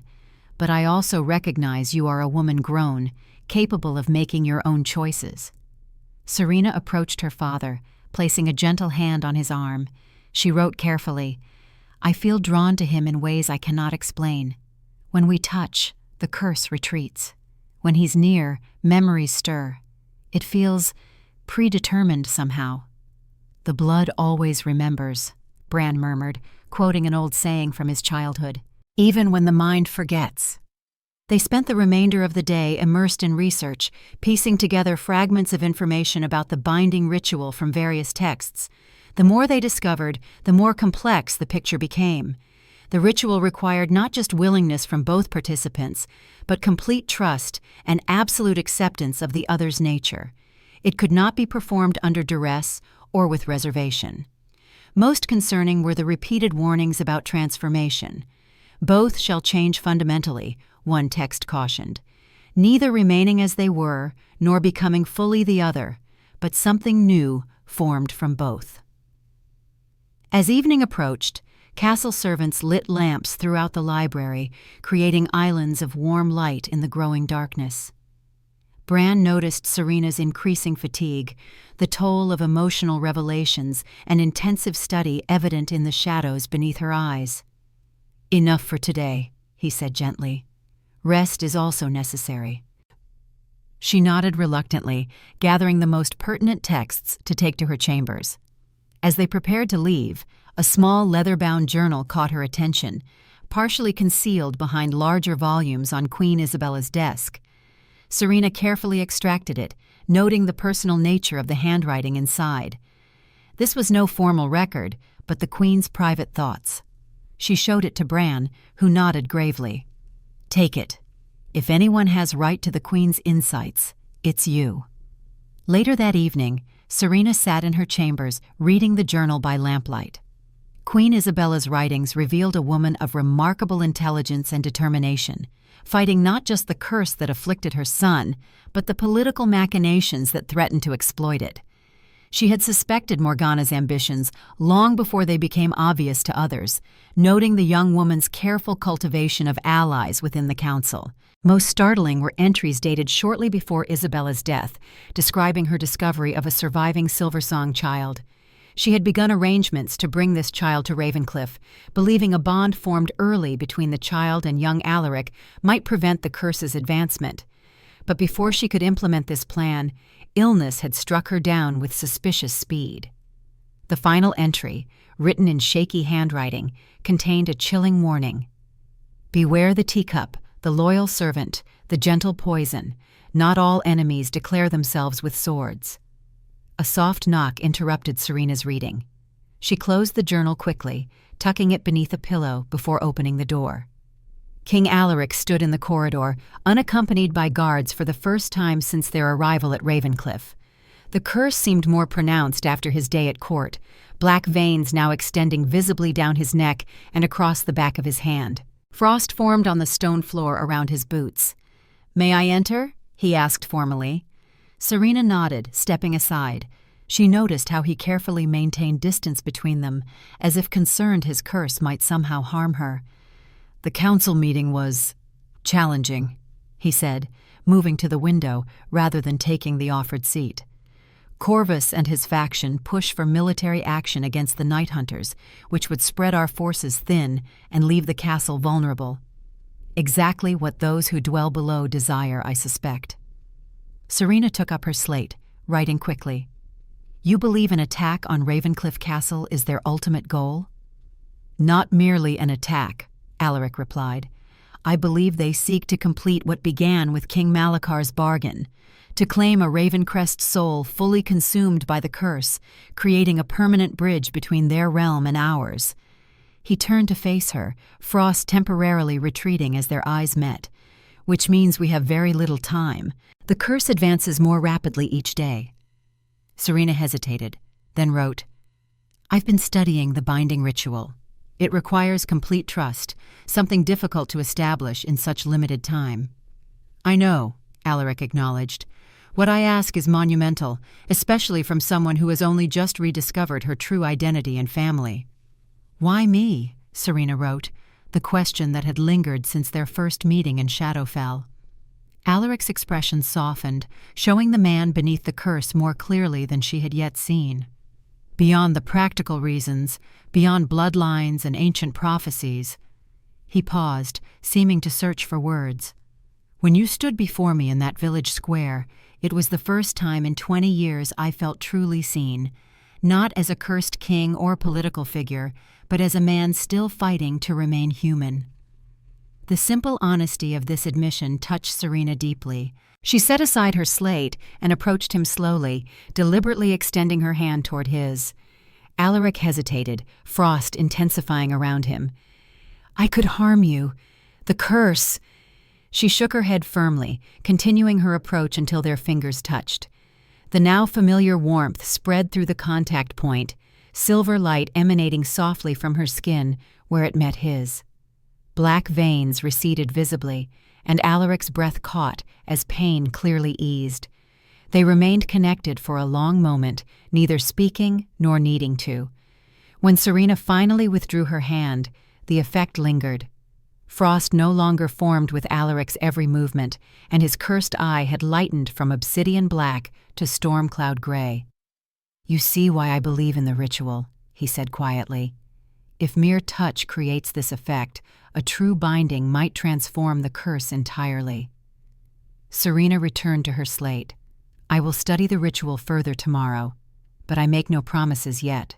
I ask for none, Alaric replied. This must be your choice freely made, or it cannot succeed. As he moved to leave, Serena impulsively touched his arm, stopping him. She wrote quickly, Did your mother ever speak to you of Silversong's surviving the purge? Of arrangements she planned to bring one to Ravencliff? Surprise crossed Alaric's features. No, though in her final days, fever took her mind. She spoke often of a child who would bring balance, of plans interrupted. His brow furrowed. How did you know this? Serena retrieved the journal from beneath her pillow, showing him the final entries. Alaric's hands trembled slightly as he accepted it, recognizing his mother's handwriting immediately. Where did you find this? He asked, voice rough with emotion. On her desk, hidden behind other books. Alaric read the final warning with growing alarm. Poison, he whispered. I always suspected, but there was no proof. Who would have access to the Queen's tea? Many servants, but only a few with regular, unquestioned access. Frost began reforming around Alaric as anger built within him, including my father's cousin, who served as the Queen's personal attendant while establishing her position at court. Morgana. She would have been very young then, but already ambitious. Alaric closed the journal carefully. This changes matters. If Morgana killed my mother to prevent a Silversong alliance, she will stop at nothing to prevent the ritual from succeeding. We need proof, Serena wrote. Accusations without evidence against someone of her standing would backfire. Agreed. Alaric's expression hardened, the curse responding to his emotions despite Serena's lingering influence. Until then, your identity must remain secret from all but your father and those we absolutely trust. After Alaric departed, Serena stood at her window watching his figure cross the moonlit courtyard below. The weight of revelation and responsibility settled heavily upon her shoulders. She was not merely Bran's long-lost daughter or the last Silversong, but potentially the key to breaking a centuries-old curse and preventing a catastrophic incursion from mysterious entities seeking access to the mortal realm. And beneath these grand considerations lay something more personal and complicated, her growing connection to Alaric himself. Each interaction strengthened the inexplicable bond between them, a recognition that transcended their brief acquaintance, as if somehow they had always been meant to find each other. Morning brought new developments. Bran arrived at Serena's chambers before dawn, his expression grave. "Night hunters breached the outer perimeter last night," he reported as they walked swiftly toward the east tower, "not in force, but as scouts, testing our defenses." Serena's brow furrowed with concern as she wrote, "How soon before a full attack?" "Days, perhaps. Hours at worst." Bran's hand rested on his sword hilt, a habit born of years living in constant vigilance. "Alaric has ordered increased patrols and preparation of the inner stronghold." The library was already occupied when they arrived.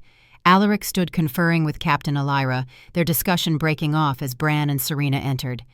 The king looked worse this morning, the curse having advanced noticeably overnight. Black veins now covered the entire right side of his face and neck, disappearing beneath his collar. "We've found something," Alaric said without preamble, gesturing to an ancient map spread across the central table.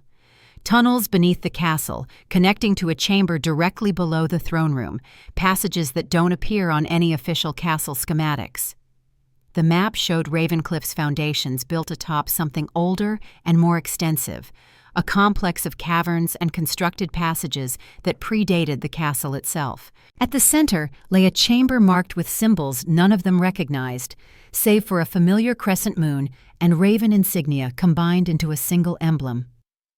The original binding site, Bran realized, studying the markings, where raven crests and silver songs once performed joint rituals before the Great Severance. Captain Elira pointed to various tunnel entrances. "Night hunters have been detected here and here. They're working their way toward this central chamber, though our defenses have slowed their progress." "Why this specific location?" Serena wrote. "Power," Alaric said simply. "The chamber sits at the convergence of ancient ley lines. It's why Ravencliff was built here initially, to harness and protect this power source." Bran studied the map with a strategist's eye. "If we perform the binding ritual in this chamber, directly at the convergence point, it would amplify the effect," Alaric confirmed. "Potentially enough to counter whatever those who dwell below have planned." Serena's silver-gray eyes met Alaric's mismatched gaze across the table. A silent communication passed between them, understanding deepening without need for words or written slate. "I'll do it," she wrote finally. "The binding ritual, but we must prepare thoroughly." Relief crossed Alaric's features, frost momentarily retreating. "Thank you," he said simply, the words carrying weight beyond their simplicity. Bran's expression remained conflicted, torn between fear for his daughter and recognition of the necessity. "When?" "Tonight," Alaric decided, "during the new moon, when the boundary between realms is thinnest. If those who dwell below can reach through more easily then, so too can the ritual's effects penetrate deeper." Captain Elira nodded sharply. "I'll arrange an escort to the chamber and secure the approaches." As preparations accelerated throughout the day, Serena immersed herself in final research, committing crucial passages about the ritual to memory. The texts emphasized intention and willingness above specific words or actions. The participants must enter the bond with clear understanding of its permanence and complete acceptance of the other's true nature. Bran assisted with practical preparations, gathering components specified in the ancient texts: silver dust from the northern mountains, water from the sacred spring beneath the castle, candles made from beeswax and rare herbs. Throughout these activities, father and daughter found moments to connect, rebuilding the relationship that had been stolen from them 15 years earlier. "Your mother would be proud," Bran said quietly as they packed the ritual components. "She always believed our bloodlines were meant to balance rather than destroy each other." Serena wrote, "Were you happy together, before the end?" "Completely," Bran replied, his usual stoicism softening with memory. She taught me that strength isn't merely about power or fighting skill, but about having the courage to remain open despite pain and loss. They embraced briefly, the familial bond strengthening despite years of absence. Evening approached with increasing tension throughout the castle. Guards doubled at every entrance, and non-essential staff were moved to secure inner chambers. Reports arrived hourly of night hunter movements in the surrounding forests, their numbers growing as darkness fell. Serena changed into ceremonial garments provided by the royal seamstress, a gown of silver-white silk embroidered with the crescent moon and stars of her lineage. For the first time since arriving at Ravencliff, she felt fully connected to her heritage, the weight of generations of silver songs resting upon her shoulders. A soft knock announced Alaric's arrival. He, too, wore ceremonial attire, though his was midnight blue adorned with the raven sigil of his house. The curse's manifestation had worsened significantly since morning, black veins now covering most of his visible skin. His right eye had turned completely obsidian, lacking even the faintest hint of humanity. "It accelerates toward completion," he said grimly, noting her concerned gaze.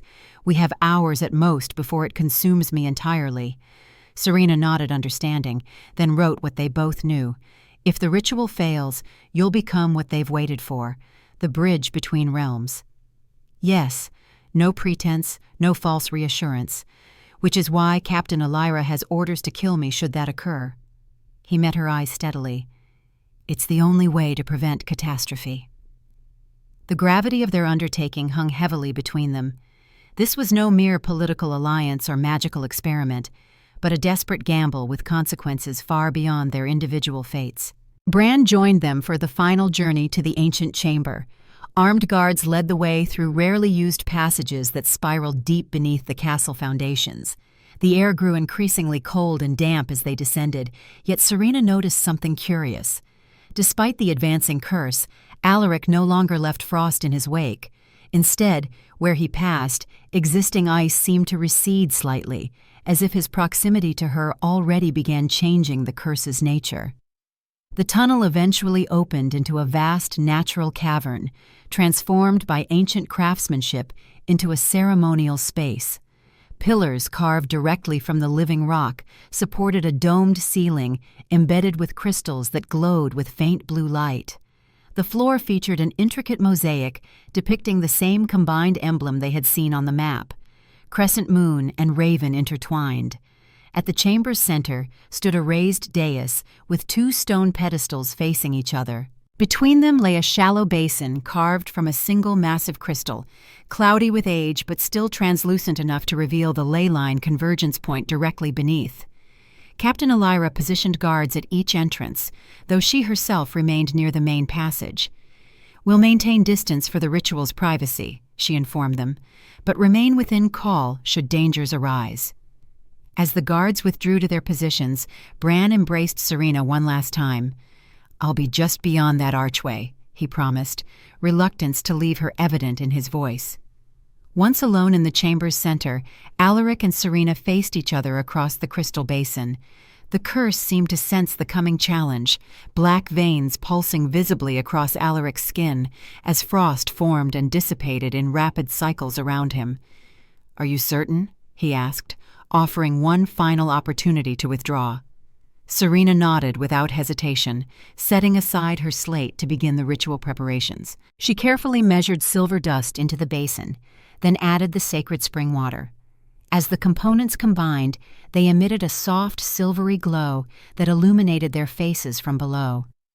Alaric removed a ceremonial dagger from his belt, its blade inscribed with ancient runes. "Blood freely given," he recited, cutting his palm and allowing several drops to fall into the mixture. "Shadow offered in service to balance."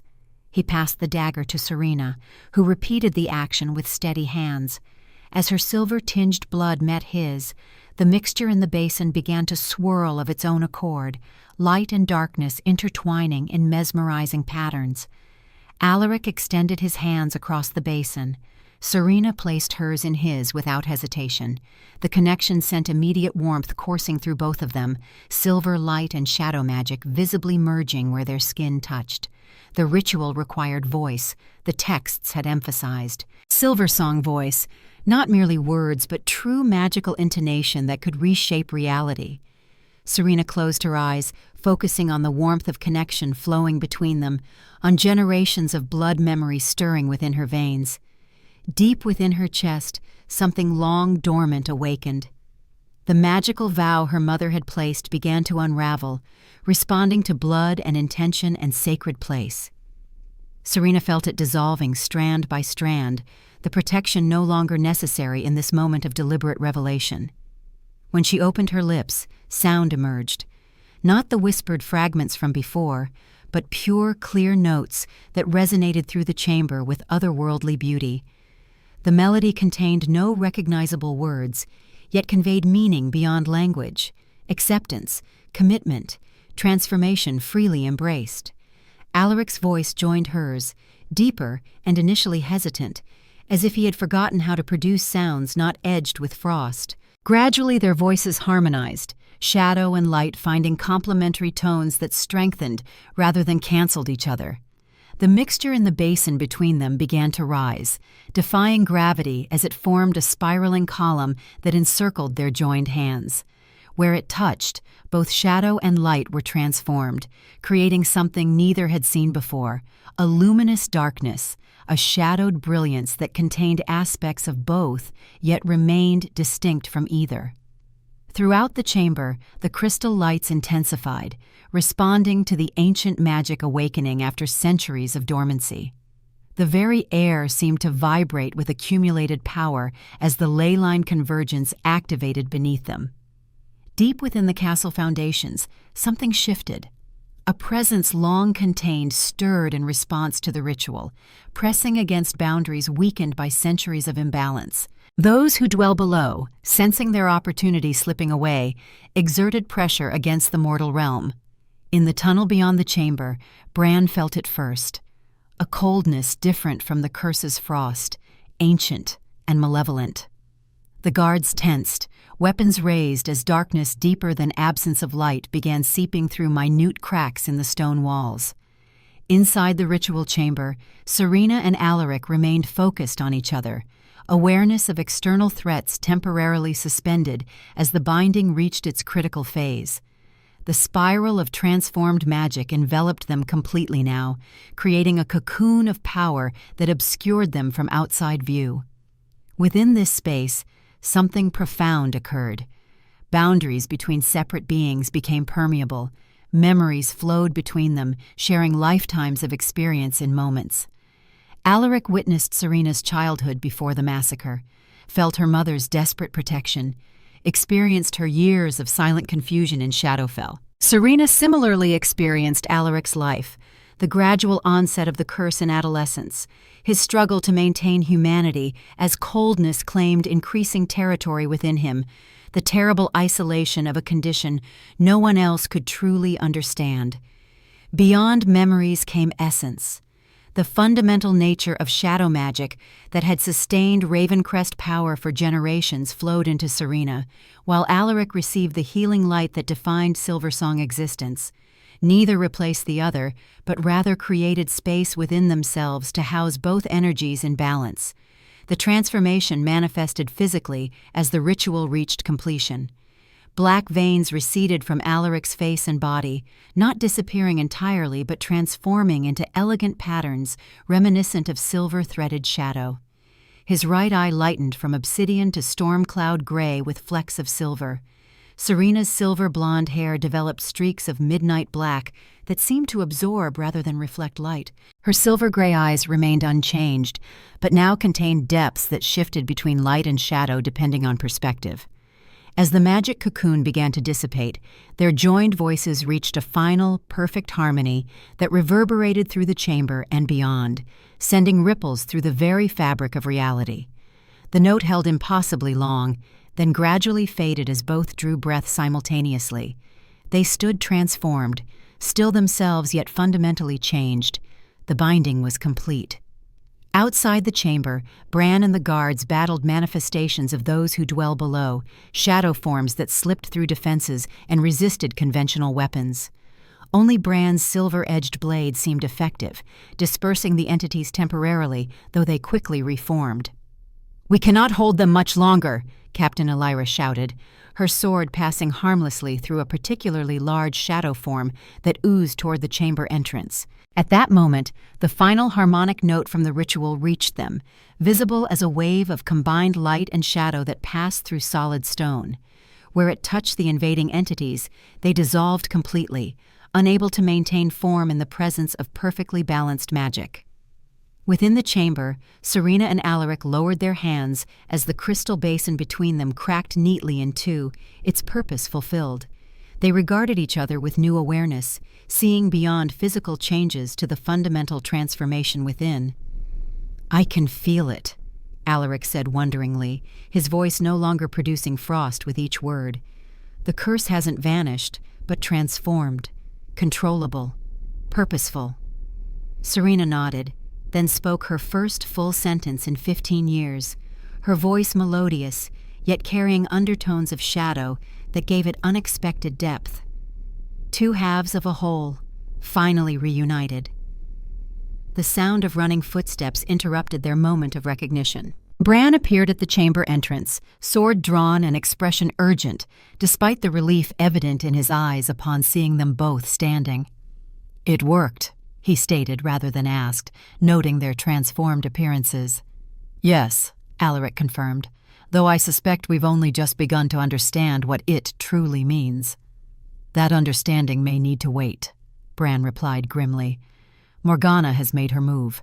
The castle is under attack, not just from those who dwell below, but from within. She claims you've been possessed by ancient magic and must be removed for the kingdom's safety." Alaric's expression hardened, though now determination, rather than curse frost, filled his eyes.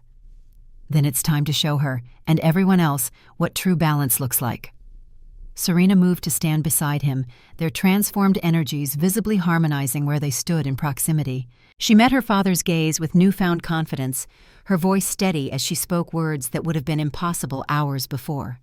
"We are neither shadow nor light alone," she said, "but something new born from both, and we will not allow either imbalance or treachery to threaten what we've built." As they prepared to ascend and confront the crisis above, the ancient chamber seemed to approve their resolution. Crystal lights pulsed in rhythm with their heartbeats, and the combined emblem on the floor glowed with renewed purpose. The binding had succeeded beyond mere curse-breaking, creating something unprecedented in the history of the Seven Territories. A new era was beginning. Whether it would bring harmony or greater conflict remained to be seen. Ravencliff Castle existed in two states simultaneously as they ascended from the ancient chamber. On the surface, the fortress maintained its imposing grandeur, centuries of royal authority embedded in every stone. Beneath this veneer, something fundamental had shifted. The very air vibrated with unseen energies as the binding ritual's effects spread outward from the convergence point, awakening dormant connections throughout the structure. Serena felt these changes acutely as they climbed. Her transformed senses perceived magical currents flowing through the castle foundations, patterns that had existed for generations, yet remained invisible to ordinary awareness. Beside her, Alaric moved with newfound fluidity, the curse no longer imprisoning him in frost with each step. The black veins across his skin had stabilized into elegant patterns that resembled branching silver rivers, rather than evidence of corruption. "The inner courtyard is secured by Captain Elira's most loyal guards," Bran explained as they reached the upper levels. "But Morgana has turned most of the council against you. She claims your disappearance into the ancient chambers confirms her accusations of dark ritual practice." "Not entirely incorrect," Alaric observed with unexpected wry humor, though her interpretation lacks certain nuances. Serena studied his transformed countenance. The physical changes were significant, but more striking was the sense of inner balance he now projected. Even as they faced immediate crisis, Alaric possessed a centered calm that had been impossible under the curse's consuming influence. "What exactly did Morgana tell the council?" Alaric asked as they paused at a junction of corridors, listening for approaching guards. "That you've been corrupted by ancient magic," Bran replied. "That the curse has finally claimed your mind completely. She produced witnesses who claim to have seen you kidnap Serena and drag her to the depths for some unholy purpose." "Witnesses can be purchased," Alaric noted, "particularly when the buyer sits next to the royal treasury." They continued through passages known only to the royal family, avoiding the main corridors where Morgana's supporters would be watching. Serena absorbed everything with quiet intensity, her newly recovered voice held in reserve for moments when it might prove most effective. "You'll notice I'm not denying the ancient magic accusation," Alaric told them as they approached the royal chambers. "Because Morgana is partially correct. What she doesn't understand is that this magic represents restoration rather than corruption, the return of balance lost centuries ago." Within the royal chambers, they found Captain Elira and 3 of her most trusted guards awaiting them. The captain's eyes widened momentarily at the sight of their transformed appearances, but military discipline quickly reasserted itself. "Your Majesty," she said with a precise bow, "the situation deteriorates rapidly. Lady Morgana has convinced Lord Corvus and half the council that you are unfit to rule. They've summoned the High Priestess to perform an evaluation of your mental state." "Convenient," Alaric remarked, moving to the ornate desk that dominated one side of the chamber. "The same priestess who owes her position to Morgana's influence." "There's more," Elira continued. "Night hunters have been spotted within the castle walls, not in force yet, but their presence this deep into our defenses is unprecedented." Bran's expression darkened. "Those who dwell below sense their opportunity slipping away. They'll risk everything now." "Then we must act decisively." Alaric withdrew an ancient key from a hidden compartment in the desk. "The royal regalia must be recovered before Morgana can claim it. Without the crown of ravens and the scepter of shadows, even she cannot legally assume the throne." Serena wrote on her slate, preferring its speed and privacy to her newly recovered voice. "Where are these items kept?" "The crown vault, accessible only through the throne room." Alaric turned the ancient key in his hand, its metal seemingly absorbing light rather than reflecting it, "which Morgana now controls." Captain Elira stepped forward. "A direct confrontation would be unwise, Your Majesty. Her supporters outnumber ours 3-1 within the castle." "Numbers alone do not determine outcomes," Alaric replied with quiet confidence, "especially when ancient magic realigns." He approached the chamber's eastern wall, running his fingers along seemingly solid stone until finding an imperceptible seam. The key slid into a previously invisible keyhole. Stone ground against stone as a hidden doorway revealed itself, opening onto a narrow passage illuminated by faintly glowing crystals, similar to those in the binding chamber below. "The royal passages," Bran murmured with recognition. "I'd heard rumors they still existed." "My ancestors built Ravencliff with many secrets," Alaric confirmed. "Some known only to the crown. This network of passages connects all major chambers, including one entrance directly behind the throne itself." Serena sensed the ancient magic imbued within these passages. Unlike the cold, oppressive power of the curse or the malevolent presence of those who dwell below, this magic felt protective, vigilant. The castle itself seemed to recognize Alaric's transformed state, responding to the balance now restored within its master. "Captain," Alaric addressed Elira formally, "gather every loyal guard and servant. Position them at these locations." He indicated strategic points on a map of the castle. "When the signal comes, secure these corridors and chambers immediately." The captain memorized the locations, then departed with 2 guards to implement the instructions, leaving 1 to stand watch outside the royal chambers. Once they were alone, Alaric turned to Serena and Bran with grave expression. "What follows will determine not just my rule, but the future of the 7 territories. Morgana will not surrender power easily, and those who dwell below will exploit any conflict to further their incursion." "What exactly do they want?" Bran asked, sharpening his silver-edged blade with methodical precision. "These entities have remained legend for generations. Why emerge now? The texts suggest they feed on imbalance, Alaric replied. The curse provided that imbalance in concentrated form, particularly as it neared completion in me. They've been patient, waiting generations for a Ravencrest king to be fully consumed.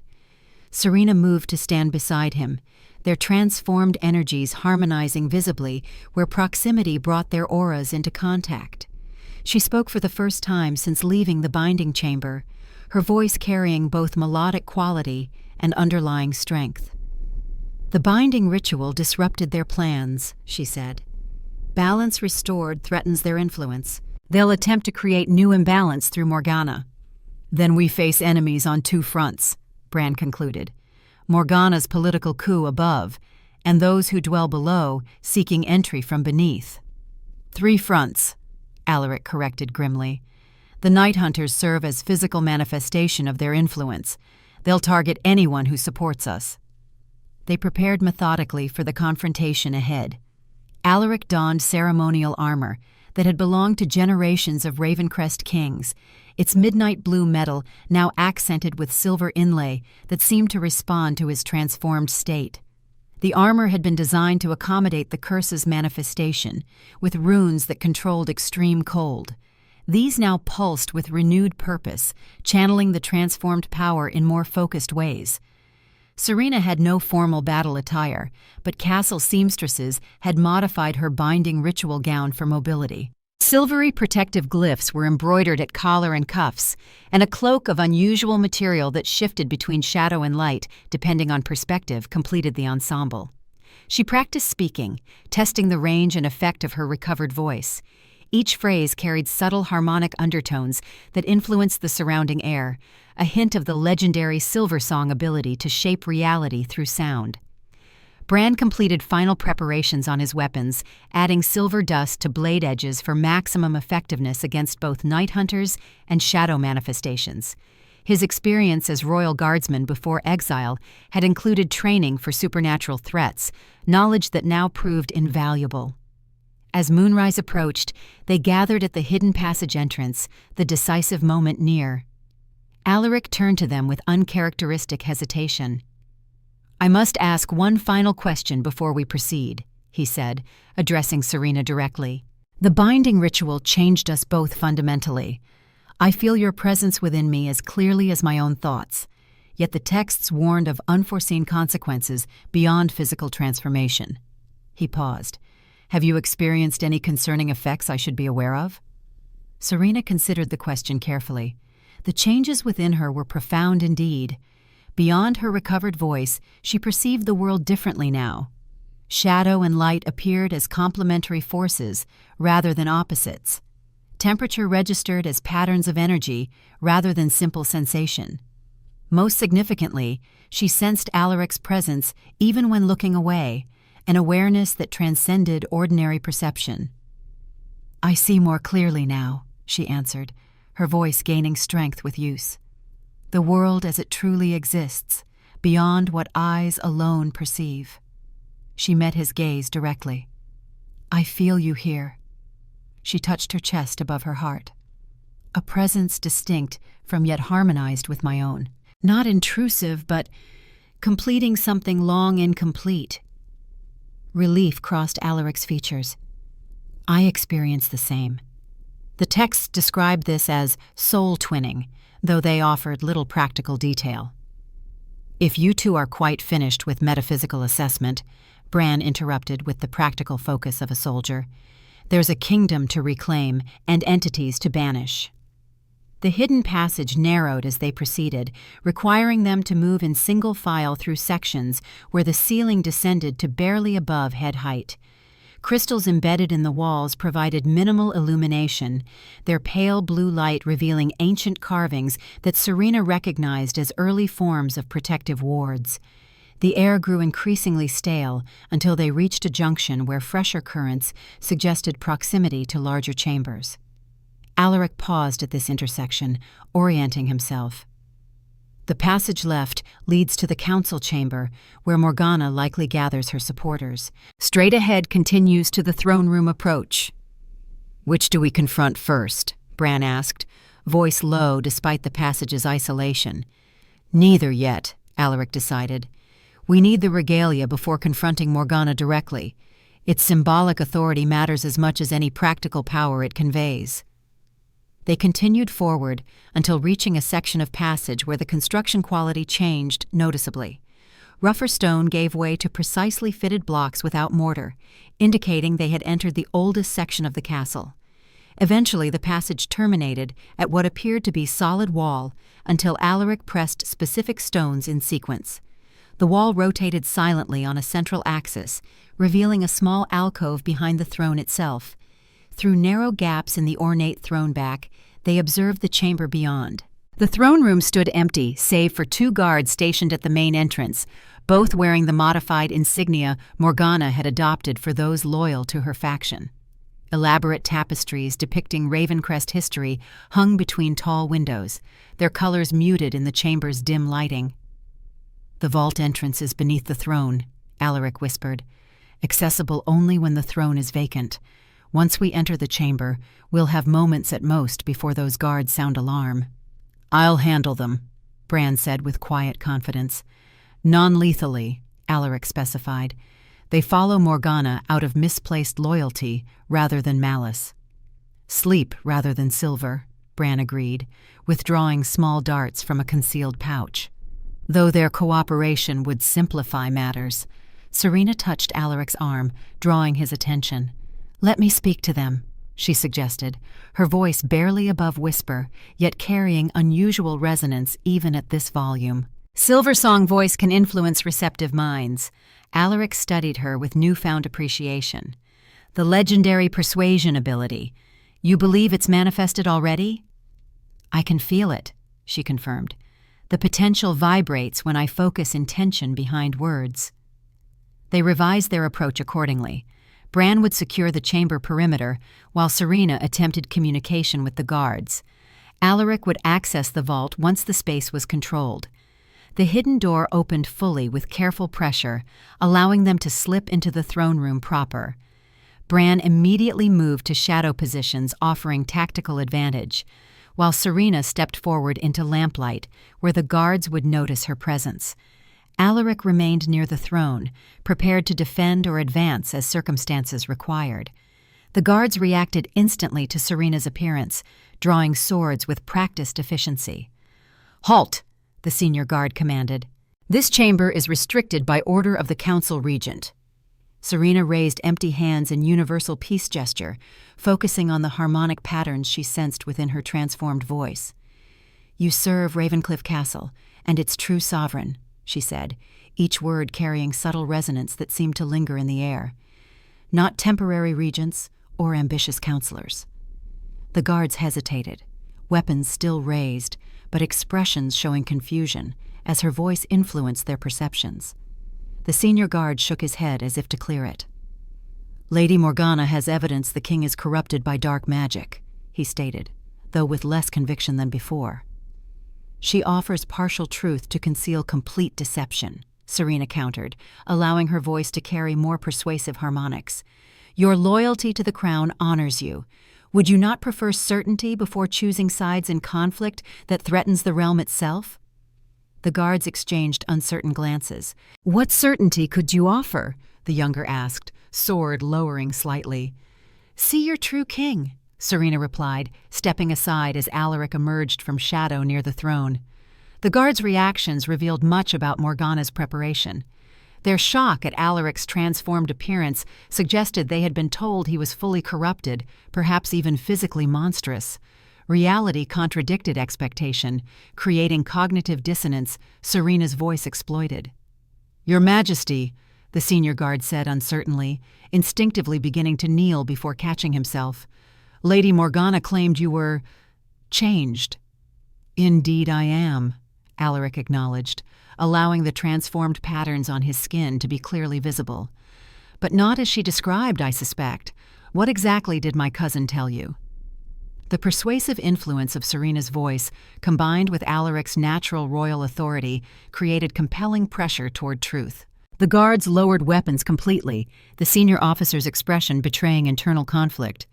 She said the curse had consumed your mind completely, he admitted, that you kidnapped a mute girl for blood sacrifice to extend your reign unnaturally, that night hunters answered your summons rather than invading. Elaborate fiction, Alaric observed, though constructed from elements of truth, as effective deception requires. The council believes her, the younger guard added. High Priestess Celendia has been summoned to verify her claims and formally declare you unfit. This new information heightened urgency. Celendia's religious authority combined with council endorsement would create formidable opposition, particularly among common citizens who revered the priesthood. Your immediate decision is simpler, Alaric told the guards. Where does your loyalty ultimately reside? With Ravencliff's rightful king or an ambitious regent seizing opportunity? The senior guard finally knelt properly, duty overcoming doubt. With you, Your Majesty. Command us. This development simplified their task considerably. With the guards' cooperation, they secured the chamber entrances while Alaric accessed the vault beneath the throne. A complex mechanism responded to both physical key and bloodline recognition, the throne itself sliding forward to reveal stone steps descending into darkness. Remain vigilant, Alaric instructed before descending alone. Morgana will have informants throughout the castle. Our presence cannot remain secret long. During his absence, Serena questioned the guards more thoroughly regarding Morgana's preparations. The information proved valuable if concerning. Beyond political maneuvering with the council, Morgana had formed unusual alliances with frontier warlords typically hostile to central authority. More troubling, she had consulted practitioners of questionable magical disciplines normally prohibited within the 7 territories. She sought power from any available source, Brand concluded grimly, including, I suspect, those who dwell below themselves. They would use her as they intended to use Alaric, Serena observed, a bridge between realms, though she likely fails to understand their true purpose.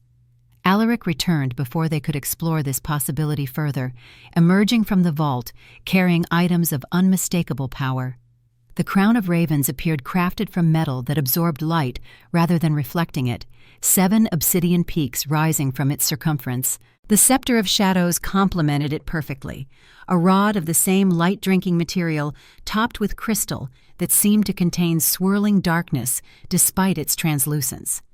Most striking was the transformation these items underwent as Alaric held them. Where they touched his skin, the obsidian elements developed silver veining that matched the patterns now permanently etched into his flesh. The swirling darkness within the scepter's crystal became interspersed with points of silver light resembling distant stars. The regalia adapts, he said with wonder, studying the changes. It recognizes the restored balance. Serena approached, drawn by the item's resonance with her transformed senses. "May I?" she asked, extending her hand toward the crown. When Alaric passed it to her, the transformation accelerated. Silver veining spread across all 7 peaks, creating perfect balance between darkness and light. When she returned it to Alaric and he placed it upon his head, the crown settled as if custom-made for this new incarnation of Raven Crest sovereignty. The binding ritual's effects extend beyond our personal transformation, Alaric observed. Ancient magic responds throughout the castle. Their strategic conversation was interrupted by distant commotion. Horns sounded in the outer courtyard, the distinctive 3-note sequence indicating imminent threat. The senior guard moved to the nearest window, his expression growing grave as he observed the scene below. "Night hunters," he reported. "Dozens, perhaps hundreds. They've breached the main gates and engage our forces in the outer ward." This development forced immediate reconsideration of their approach. The confrontation with Morgana could not wait if night hunters threatened the castle itself. Those who dwell below clearly intended to exploit the internal power struggle, perhaps hoping to eliminate both claimants to the throne in the resulting chaos. "We move to the council chamber immediately," Alaric decided, securing the scepter at his belt while the crown remained on his head. Captain Elira should have positioned loyal forces by now. They departed the throne room through conventional corridors rather than hidden passages, a deliberately visible approach. The senior guard led while his younger counterpart followed, providing royal escort that acknowledged Alaric's legitimate authority. This strategic choice yielded immediate effects as they encountered castle staff and soldiers en route. Seeing their transformed king moving openly with royal regalia, many who had hesitated amid conflicting claims immediately demonstrated loyalty through bows and salutes. Word spread with remarkable speed. By the time they approached the council chamber, corridors had filled with observers, whispers racing ahead of their procession. This visibility served dual purpose, both rallying supporters and preventing Morgana from taking direct action without witnesses. The massive doors to the council chamber stood closed, two of Morgana's personal guards stationed outside. These men exhibited momentary confusion at the approaching procession before drawing weapons, more from training than conviction, as uncertainty showed clearly on their faces. Before conflict could erupt, Serena stepped forward. Her voice carried effortlessly to all present, harmonic undertones influencing the very air through which it traveled. "Lower your weapons," she commanded, the simple phrase containing persuasive force beyond ordinary speech. "Your true sovereign approaches." The guards hesitated, their training warring with the compelling influence of Silversong's voice. Witnessing their indecision, onlookers in the corridor began to kneel in cascading recognition of Alaric's authority, further undermining resistance. "Last opportunity to choose correctly," Bran advised the guards conversationally, silver-edged blade catching light without direct threat. They made the practical decision, stepping aside and opening the chamber doors with formal announcement.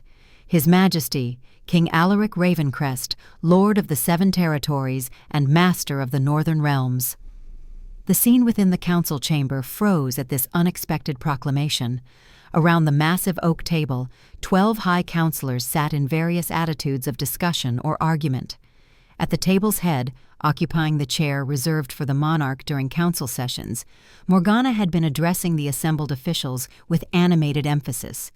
Her words died mid-sentence as Alaric entered, crowned and transformed. "Cousin?" Alaric greeted her with deceptive mildness. "You seem to have misplaced yourself. That particular seat belongs to the crown." Morgana recovered from surprise with impressive speed, her ambitious nature channeling shock into calculated response. "Alaric," she acknowledged, deliberately omitting royal title. "Your appearance confirms my warnings to the council. The curse has clearly transformed you into something other than human." "Transformation has indeed occurred," Alaric agreed, approaching the table with measured steps. Frost no longer formed with his movements, but subtle energies shimmered in the air around him, visible to those with sensitivity to magical currents. "Though not as you describe." The council members watched with expressions ranging from horror to fascination. Most had never seen the curse in its advanced state, and none had witnessed anything resembling Alaric's current appearance. The black veining, now elegantly patterned with silver, extended visibly above his collar and across the back of his hands. His right eye, previously obsidian black, now held swirling patterns of storm gray and silver. "Counselors," Alaric addressed the assembly formally, "you have been misled by one who seeks power regardless of cost to the realm. The Ravencliff curse has not consumed me, but transformed through ancient ritual into something balanced and controlled." Lord Corvus, Morgana's strongest ally, rose from his seat with theatrical indignation. "Ritual admission from your own lips. The evidence mounts that you have embraced dark practices forbidden since the founding era." "Selective historical reference," Alaric countered smoothly. "The rituals you fear were indeed forbidden after the Great Severance, when King Malachar deliberately destroyed the balance between our founding bloodlines. What you witness today is restoration, not corruption." Serena moved to stand beside him, her transformed appearance complementing his perfectly. Where Alaric displayed patterns of shadow accented with silver, her primarily light-aligned presence now contained elegant traceries of shadow. Together they created visual representation of balance restored. "May I present Lady Serena Silversong," Alaric continued, last descendant of the bloodline believed extinguished during the Purge. Through ritual binding, our lines have restored the balance that protected the 7 territories for generations before Malakar's treachery. Morgana's expression darkened with genuine alarm. Unlike most present, she clearly understood the implications of a surviving silver song. "Convenient claims without verification," she said dismissively. "This woman is a village mute purchased at the choosing ritual, nothing more." "The mute speaks now," Serena replied, her voice carrying throughout the chamber with perfect clarity. The harmonic undertones affected each listener differently, resonating with individual truth recognition while subtly undermining deception. As the curse transforms to blessing, so silence gives way to voice. Before debate could continue, a captain of the outer guard burst into the chamber, armor bloodied and expression desperate. "The night hunters breach the inner ward," he reported breathlessly. "Our defenses fail against such numbers. They move with purpose toward the central keep."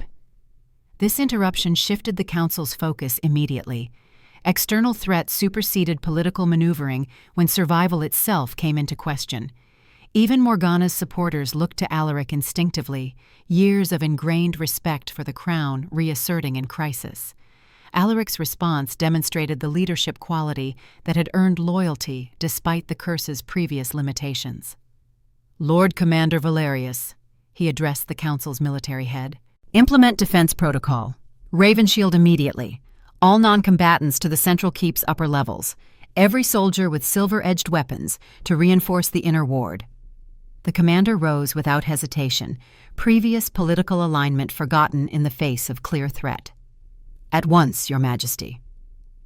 As council members mobilized, following practiced emergency procedures, Morgana made her move. With attention diverted by external crisis, she reached beneath the table and withdrew a small obsidian box. Before anyone could intercept her, she opened it, revealing contents that emitted sickly green luminescence. "If I cannot rule," she declared with sudden mad intensity, "then neither shall you. Those who dwell below promised power to whoever completed the summoning. The night hunters are merely heralds for what comes next." The substance within the box began to smoke, green tendrils spreading across the chamber floor with unnatural speed. Where this vapor touched stone, the material darkened as if absorbing corruption. Council members fled in alarm, recognizing dangerous magic beyond their expertise. Alaric's transformed senses immediately identified the threat. "Essence of the below," he said grimly. "Distilled corruption that creates permanent gateway between realms." Serena studied the spreading contamination with her own enhanced perception. "It seeks the convergence point beneath the throne room," she observed. "If it reaches that nexus—" "The barrier between realms collapses completely," Alaric finished. "Those who dwell below gain unrestricted access to our world." Morgana laughed with uncharacteristic abandon, suggesting influence beyond her own personality. "You understand too late, cousin. While you performed your precious balance ritual, I completed the true working. The night hunters aren't attacking random civilians. They're creating peripheral access points, weakening the barrier systematically." The green vapor continued spreading, now climbing walls and spreading across the ceiling in defiance of natural principles. Its advance accelerated, as if responding to Morgana's declaration. "Can we contain it?" Bran asked practically, backing toward the chamber doors while keeping Morgana in sword range. Serena assessed the corruption's pattern, her Silver Song heritage, providing intuitive understanding of magical energies. "Not conventionally," she concluded. "It's designed specifically to resist normal containment." "Then we employ unconventional methods," Alaric decided. He extended his hand toward Serena. "The binding ritual transformed us both. Together, our combined essence might counter this corruption." Understanding his intention immediately through their soul-twinned connection, Serena clasped his offered hand. The contact created visible reaction, silver light and controlled shadow intertwining around their joined hands. This energy extended outward as both focused intention, creating barrier where it encountered the green vapor. "Pointless resistance," Morgana taunted, backing toward a side exit as the corruption continued spreading despite their efforts. "The summoning has begun. Those who dwell below have waited centuries for this moment. Your supposed allies merely use you, Alaric told her, maintaining focus on the containment effort despite conversation. They care nothing for your ambitions or survival. Perhaps, Morgana acknowledged with disturbing serenity, but I'll witness the end of Ravencrest rule regardless. A satisfying consolation. She slipped through the side door before Bran could intercept, the corruption deliberately thickening to block pursuit. They were left confronting expanding magical contamination that threatened the entire castle structure. Their combined effort succeeded in slowing the corruption's advance, but not halting it completely. The vapor probed their defenses, seeking weaknesses with apparent intelligence. This exceeds even our transformed capabilities, Alaric admitted with grim realization. We need additional power to counter the summoning completely. Serena's expression shifted as inspiration struck. The convergence point, she said. If we return to the binding chamber and channel our combined energy directly through the leyline nexus, we could potentially redirect the corruption, Alaric finished, their thoughts aligning through soul-twinned connection. Force it back upon those who dwell below instead of allowing their incursion here. A magical counterstrike rather than mere defense, Bran summarized, practical military mind, grasping the strategy immediately. But how do we reach the chamber with corruption blocking conventional routes? The royal passages remain our advantage, Alaric replied. Morgana knows of their existence, but not their full extent. My ancestors built redundancies even Morgana's intelligence network hasn't discovered.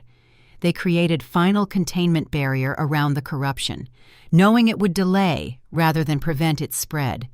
With castle defenses focused on night hunters in the outer wards, internal threat would progress unchecked until they implemented their countermeasure. Time became their enemy as they navigated hidden passages back toward the ancient chamber. Twice they encountered sections where corruption had seeped through stone foundations, forcing detours through passages unused for generations. Throughout the castle, sounds of conflict echoed as defenders engaged night hunters, breaching inner defenses. Morgana coordinates with those who dwell below more effectively than she realizes, Alaric observed as they descended past the castle foundations. The night hunters create perfect distraction while corruption spreads internally. She believes she controls the arrangement, Serena agreed, when in truth she merely implements their design. They finally reached the ancient chamber, finding it apparently untouched by the spreading corruption. The crystal lights pulsed with slightly increased intensity, perhaps responding to heightened magical energies throughout the castle. The ceremonial basin they had used during the binding ritual remained broken, its purpose fulfilled. The convergence point lies directly beneath the dais, Alaric said, moving to the chamber's center. We must channel our combined energy through it to affect the entire network. Serena joined him on the raised platform, their transformed energies already harmonizing in proximity. How do we access the convergence itself? The basin provided focus during the ritual, but it's now broken. Not the basin, Alaric explained, kneeling to examine the stone dais itself. The keystone. He located a small depression in the platform's exact center, pressing his palm against it with deliberate intent. The stone responded to his touch, ancient mechanism activating after centuries of dormancy. The entire dais began to reconfigure, sections rotating and sliding aside to reveal crystalline structure beneath. What emerged resembled nothing so much as a massive geode split open to reveal its interior. Crystals larger than a man's arm jutted from cavity walls, their coloration shifting between midnight blue and silver white in hypnotic rhythm. At the formation's center, suspended in apparent defiance of physical law, hovered a perfect sphere of transparent crystal containing swirling energies of shadow and light in perfect equilibrium. The heart of Ravencliff, Alaric said reverently, mentioned in oldest texts but unseen for generations. The original focus point where Silversong and Ravencrest magic first combined to protect the territories. It's beautiful, Serena whispered, instinctively reaching toward the hovering sphere. As her fingers approached, the swirling energies within responded, patterns accelerating and reorganizing. When Alaric similarly extended his hand from the opposite side, the sphere's contents formed distinct pattern, resembling the combined emblem of crescent moon and raven they had seen throughout the ancient chamber. Together, Alaric suggested, understanding flowing between them through soul-twinned connection. With clear intention, they placed hands on opposite sides of the crystal sphere simultaneously. The contact created immediate reaction, energy flowing from them into the sphere and back in continuous circuit. The crystal lights throughout the chamber intensified dramatically, networks of illumination previously invisible revealing themselves along walls and ceiling as power surged through ancient systems. Through their connection with the heart, they sensed corruption's progress throughout the castle above. Green tendrils had reached the throne room, contamination seeping toward the convergence point they now directly accessed. Night hunters had breached inner defenses in multiple locations, castle defenders fighting desperate holding actions that gradually lost ground. Most concerning, they perceived Morgana in the castle's highest tower, completing ritual arrangements around another obsidian box identical to the first. Her expression showed religious fervor entirely out of character with her typically calculating nature, suggesting external influence had progressed beyond mere alliance to direct control. "She prepares second summoning," Alaric observed through their shared perception. "The corruption spreads from multiple sources, forming pattern that will eventually connect and stabilize, creating permanent doorway between realms," Serena concluded, understanding flowing between them without need for extensive explanation. They focused combined will through the heart, directing transformed energy into the castle's magical infrastructure. Where their power reached, corruption's advance slowed, then halted. Night hunters encountering this energy field recoiled as if physically struck, their partially transformed bodies unable to maintain coherence in presence of perfect balance. Yet despite this success, the corruption continued spreading in areas they had not yet reached. Their power, while considerable, could not extend throughout the entire castle simultaneously. They needed to target the contamination's source rather than merely treating symptoms. "Morgana," they said in unison, their thoughts perfectly aligned. Bran, who had maintained guard position near the chamber entrance, approached the dais with concerned expression. "You intend direct confrontation," he observed, "in the tower where she completes her summoning." "We must," Alaric confirmed. "Containing spread accomplishes nothing if the source remains active." "I'm coming with you," Bran stated, brooking no argument. "No," Serena replied, voice gentle but firm. "Someone must remain here, protecting the heart. If those who dwell below realize its significance, they'll target it directly." Bran's expression revealed internal struggle between paternal protection instinct and strategic necessity. Logic prevailed. "How will you reach the tower? Corruption blocks conventional routes, and even royal passages might be compromised by now." "We create new path," Alaric explained, indicating the crystal networks now visibly pulsing throughout the chamber. "The castle's magical infrastructure extends everywhere. With the heart as focus, we can potentially travel through these networks directly." "Theoretical magic," Bran noted skeptically. "Has this been attempted before?" "Not in recorded history," Alaric admitted, "but our transformed state creates possibilities previous generations couldn't access." Serena squeezed her father's hand reassuringly. The binding ritual succeeded beyond expectation. This represents logical extension of that transformation. Though clearly reluctant, Bran nodded acceptance. "How will I know if you succeed, or if you need assistance?" "You'll know," Alaric assured him, gesturing to the crystal lights. "The entire network responds to what happens at any significant node. Watch these indicators.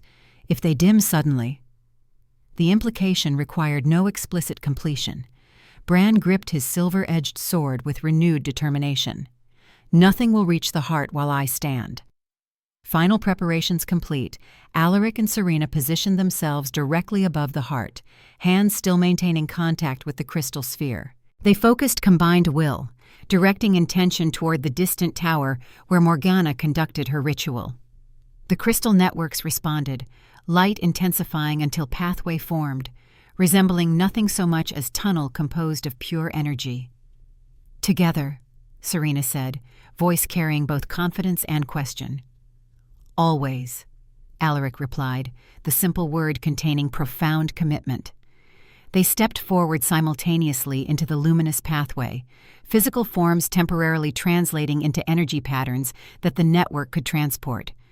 Their last sight before complete transition was Bran's resolute figure standing guard beside the exposed heart of Ravencliff, silver blade gleaming in crystal light as distant howls announced night hunters approaching the ancient chamber.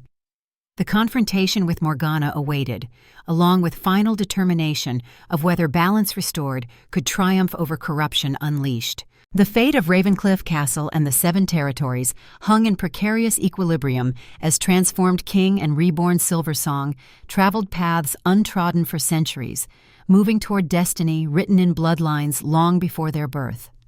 Travel through Ravencliff Castle's ancient crystal network was unlike any experience in mortal existence. Alaric and Serena existed temporarily as energy patterns rather than physical beings, their consciousness maintained through the shared connection established by the binding ritual. They perceived the castle in its entirety, not merely stone and wood, but the living magical infrastructure that had sustained it for centuries. Conduits of power flowed like veins through the massive structure, connecting key points in intricate patterns invisible to ordinary perception. Most remarkable was how these pathways responded to their presence, brightening and strengthening as they passed. The castle itself seemed to recognize them as manifestation of its original purpose, the union of shadow and light in perfect balance. Through this heightened awareness, they witnessed the castle's desperate situation from omniscient perspective. Night hunters had breached all outer defenses, their unnatural forms flowing through corridors like living shadow given bestial shape. Captain Elira led the remaining loyal guards in strategic retreat toward the central keep, fighting with disciplined precision despite overwhelming numbers. In council chambers and great halls, corruption spread in venomous green tendrils, contaminating stone and wood with otherworldly malevolence. Most concerning was what they perceived in the northwestern tower, where Morgana conducted her ritual. The cousin Alaric had known since childhood had transformed almost beyond recognition. Her physical appearance remained unchanged, but the energetic signature surrounding her revealed terrible truth. Those who dwell below had already established partial possession, using her body and voice as anchor point in the mortal realm. Within the tower's highest chamber, Morgana stood at the center of complex ritual arrangement. Symbols unknown in conventional magical practice covered the floor in patterns that hurt the mind to observe directly. The obsidian box sat open on raised pedestal, its contents now fully deployed as living vapor that encircled Morgana like perverse corona. 7 black candles marked cardinal points of the arrangement, their flames burning with unnatural stillness and emitting light that somehow increased rather than dispelled shadows. "We must manifest precisely where the ritual reaches culmination," Alaric communicated through their shared consciousness. "Maximum disruption at critical moment." "The timing must be perfect," Serena agreed, their thoughts flowing without impediment between them. "Too early, and she simply restarts. Too late, and the gateway stabilizes beyond our ability to close it." They observed Morgana's ritual progression with the patience of those who exist partially outside conventional time. Her movements followed precise choreography as she circled the central pedestal, each gesture and intonation building greater connection between realms. The green vapor responded to these actions, condensing and expanding in rhythmic pulses that gradually established coherent pattern. Behind her apparent consciousness, they perceived shadow presence directing her actions. Not a single entity, but composite intelligence representing those who dwell below. Through their connection with the heart of Ravencliff, Alaric and Serena understood these beings more clearly than any mortal had for generations. Not demons in religious sense, nor gods demanding worship, but ancient consciousnesses that evolved in realm where reality functioned differently. They fed on imbalance, requiring destabilized energy patterns to maintain presence in mortal world. The ritual approaches critical threshold, Alaric observed as Morgana's movements accelerated. We must manifest now. They focused combined will, directing the crystal network to translate their energy patterns back into physical form at precise location within the ritual chamber. The transformation required momentous energy exchange, drawing power from the heart through their permanent connection with it. In spectacular flash of silver-blue light, they materialized simultaneously on opposite sides of the central pedestal, directly interrupting Morgana's ritual circuit. The sudden manifestation created shockwave of balanced energy that disrupted the carefully constructed patterns surrounding them. Green vapor recoiled violently, its coherent structure temporarily fragmented. Morgana staggered backward, expression contorting with rage that belonged to consciousness beyond her own.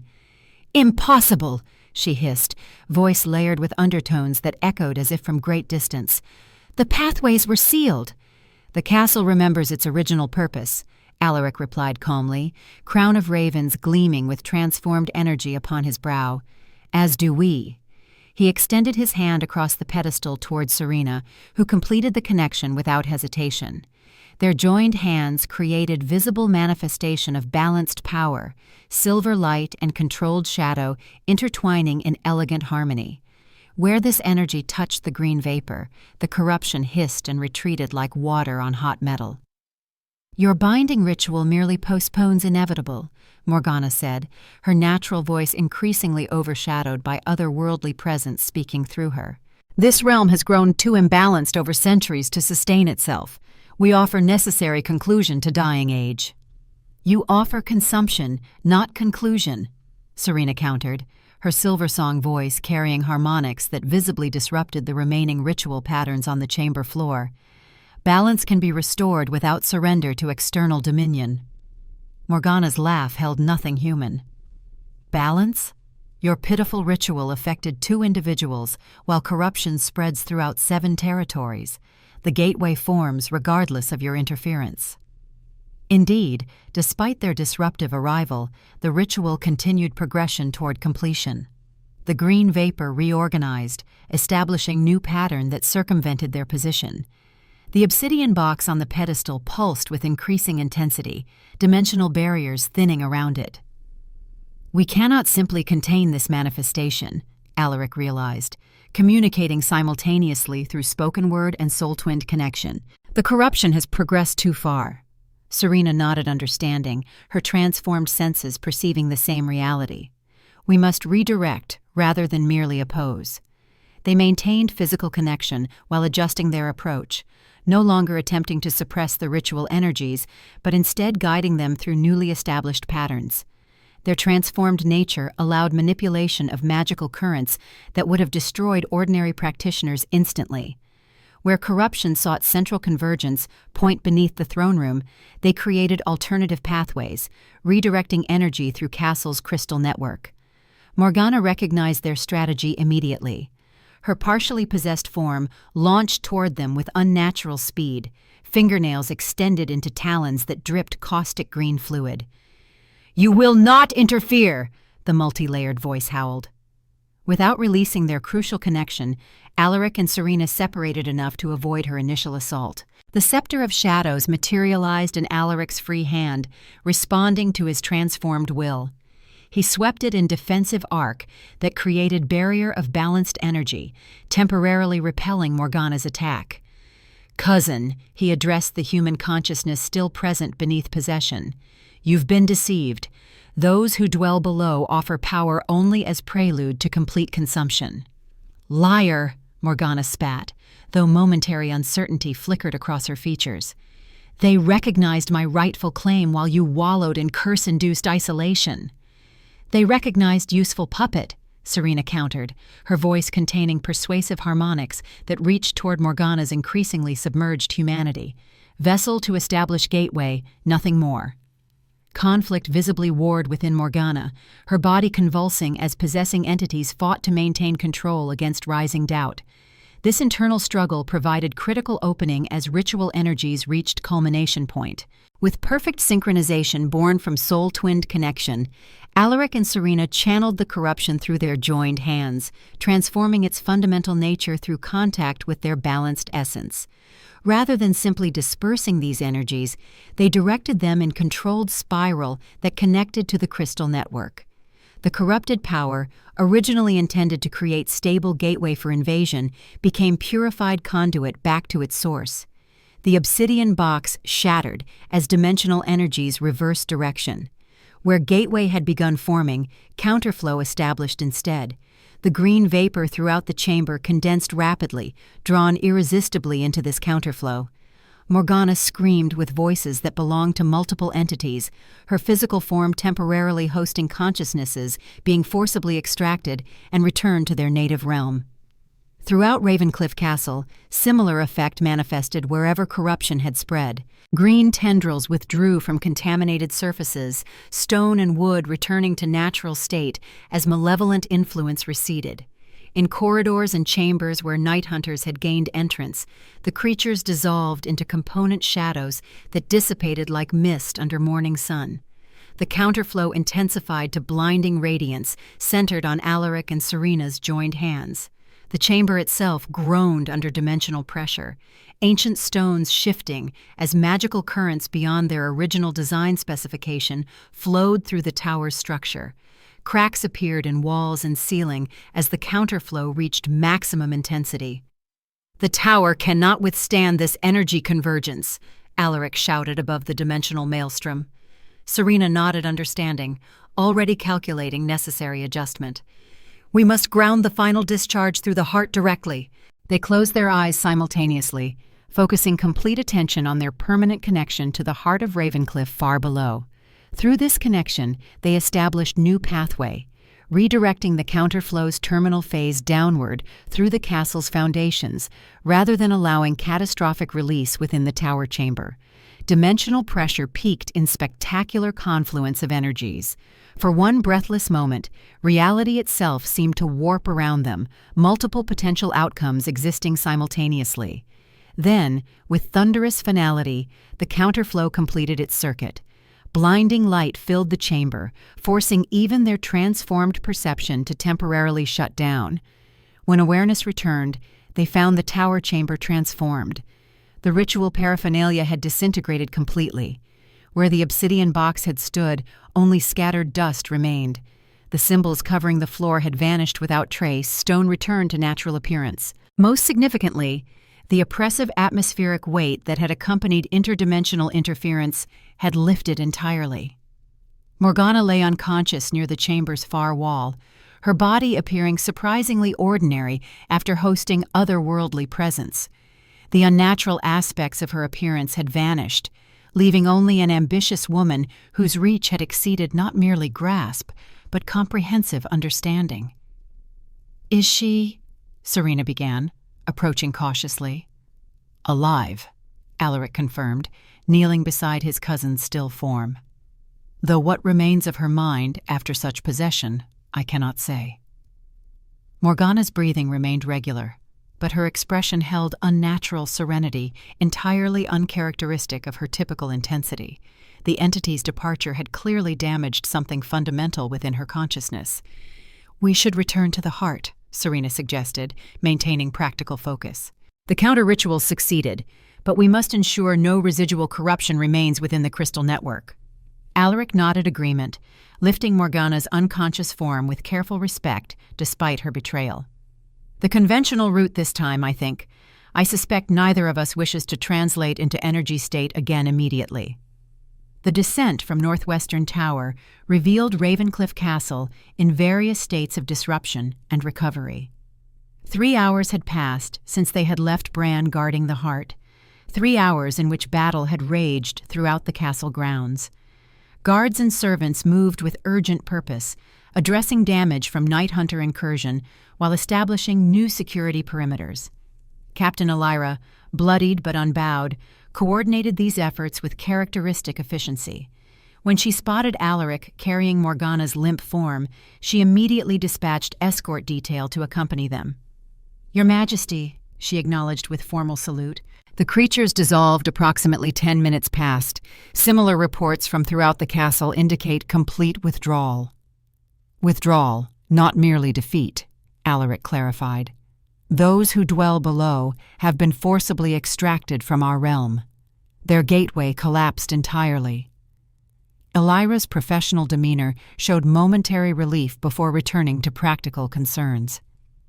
Lord Commander Valerius establishes defensive positions regardless. After today's experience, none wish to assume immediate safety. Wise precaution, Alaric agreed. Though I believe immediate threat has passed, residual weaknesses in interdimensional barriers may require attention.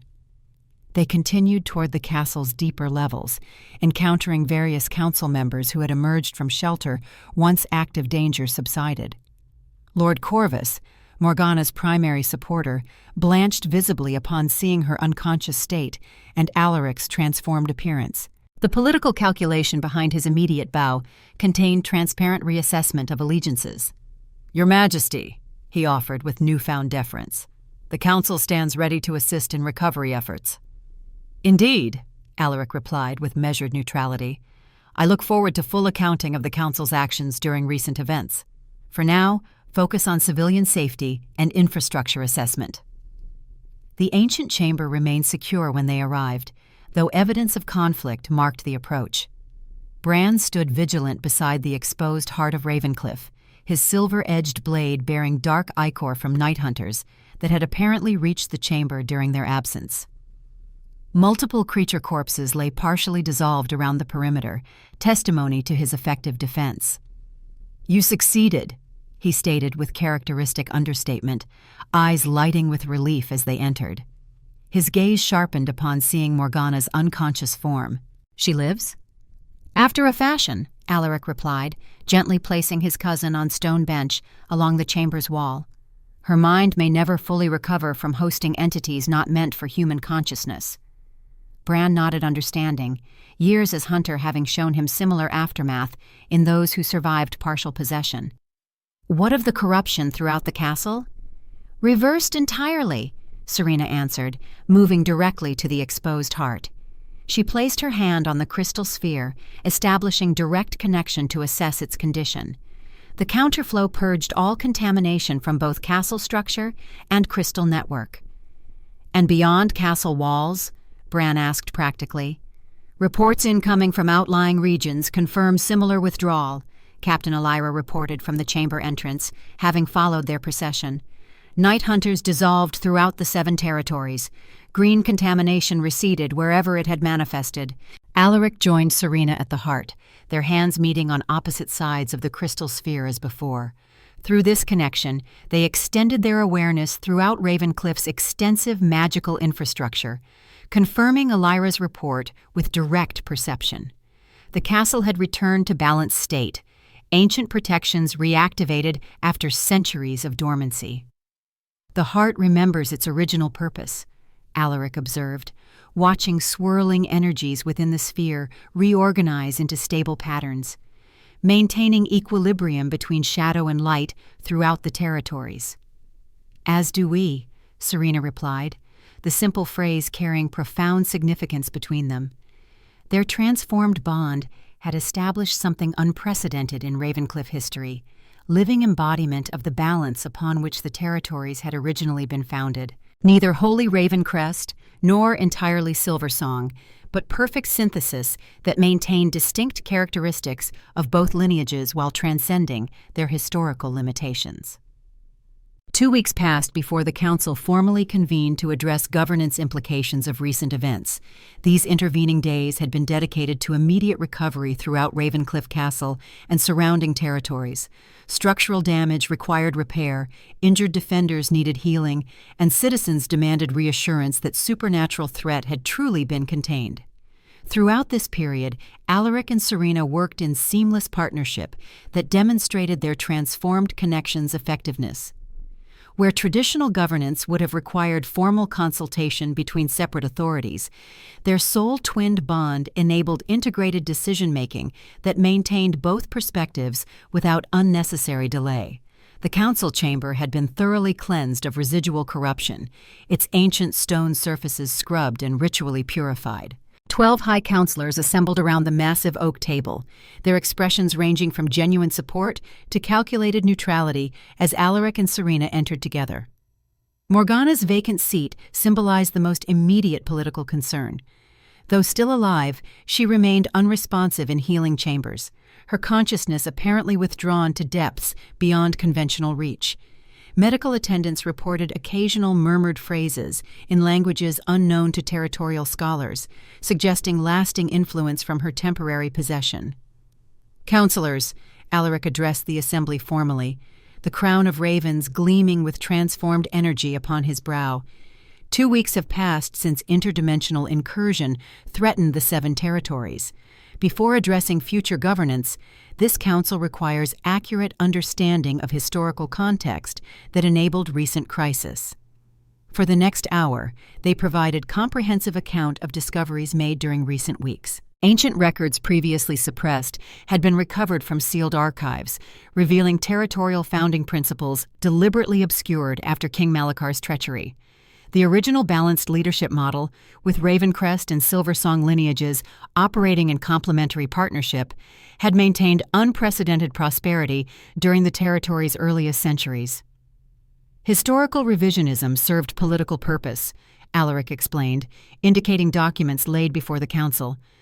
By erasing the Silversong contribution from official record and portraying them as dangerous rivals, Malakar justified both their extermination and his own consolidation of power through shadow magic. "The curse we've known as Ravencliff Curse represented deliberate imbalance," Serena continued, her recovered voice carrying subtle harmonics that enhanced clarity without compelling agreement. What appeared as inevitable affliction was actually consequence of rejecting essential counterbalance to shadow magic. Lord Commander Valerius, who had witnessed Night Hunters firsthand during recent battle, leaned forward with practical interest. "These historical revelations explain much about territorial vulnerabilities. But what practical governance implications follow? Our current legal frameworks assume single sovereign authority." This direct question addressed central concern that had dominated private council discussions during recent days. Throughout Ravencliff's history, succession had followed strict Ravencrest bloodline, with power concentrated in single sovereign, supported by advisory council. The binding ritual's transformation suggested fundamentally different arrangement without clear precedent in recent territorial law. "We propose restoration rather than revolution," Alaric replied, his transformed state allowing him to address this politically sensitive topic without frost manifestation that would have previously accompanied such stress. "Return to governance principles that originally unified the territories, adapted to contemporary conditions." Serena elaborated on practical implementation. "Dual sovereignty with complementary authority domains. Shadow and light in balanced partnership rather than opposition or subjugation." Council reaction divided predictably along factional lines, with former Morgana supporters expressing greatest skepticism. Extended deliberation covered practical aspects of governance under proposed model: administrative structures, legal authority distribution, diplomatic representation with external territories, and ceremonial modifications reflecting balanced leadership. Throughout this complex negotiation, Serena demonstrated diplomatic capacity that impressed even skeptical counselors. Her Silversong voice, carrying subtle, persuasive qualities without manipulative compulsion, proved particularly effective in resolving technical disagreements. Alaric's transformed state similarly allowed him to navigate political complexity with balanced perspective previously impossible under Curse's influence. After 4 hours of intensive discussion, provisional framework emerged. Alaric would maintain primary executive authority as continuation of established succession, while Serena received formal recognition as Silversong sovereign with complementary authority in specified domains.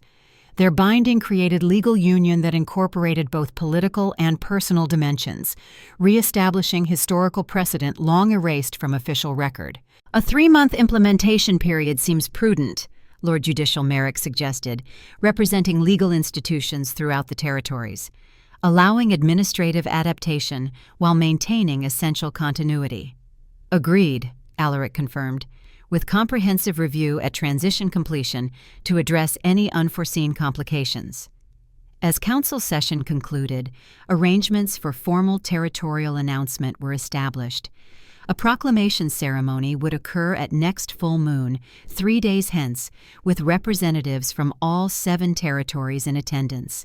The binding ritual's transformative outcomes would be formally acknowledged, establishing new governance era based on restored balance. The Great Hall of Ravencliff Castle had been prepared for proclamation ceremony with care that respected both historical tradition and newly acknowledged balanced principles. Where frost had previously formed permanent features around ceremonial spaces, elegant patterns combining shadow definition with silver illumination now created atmosphere of complementary energies rather than dominating darkness. Representatives from all 7 territories had arrived during preceding days, filling castle accommodations to capacity.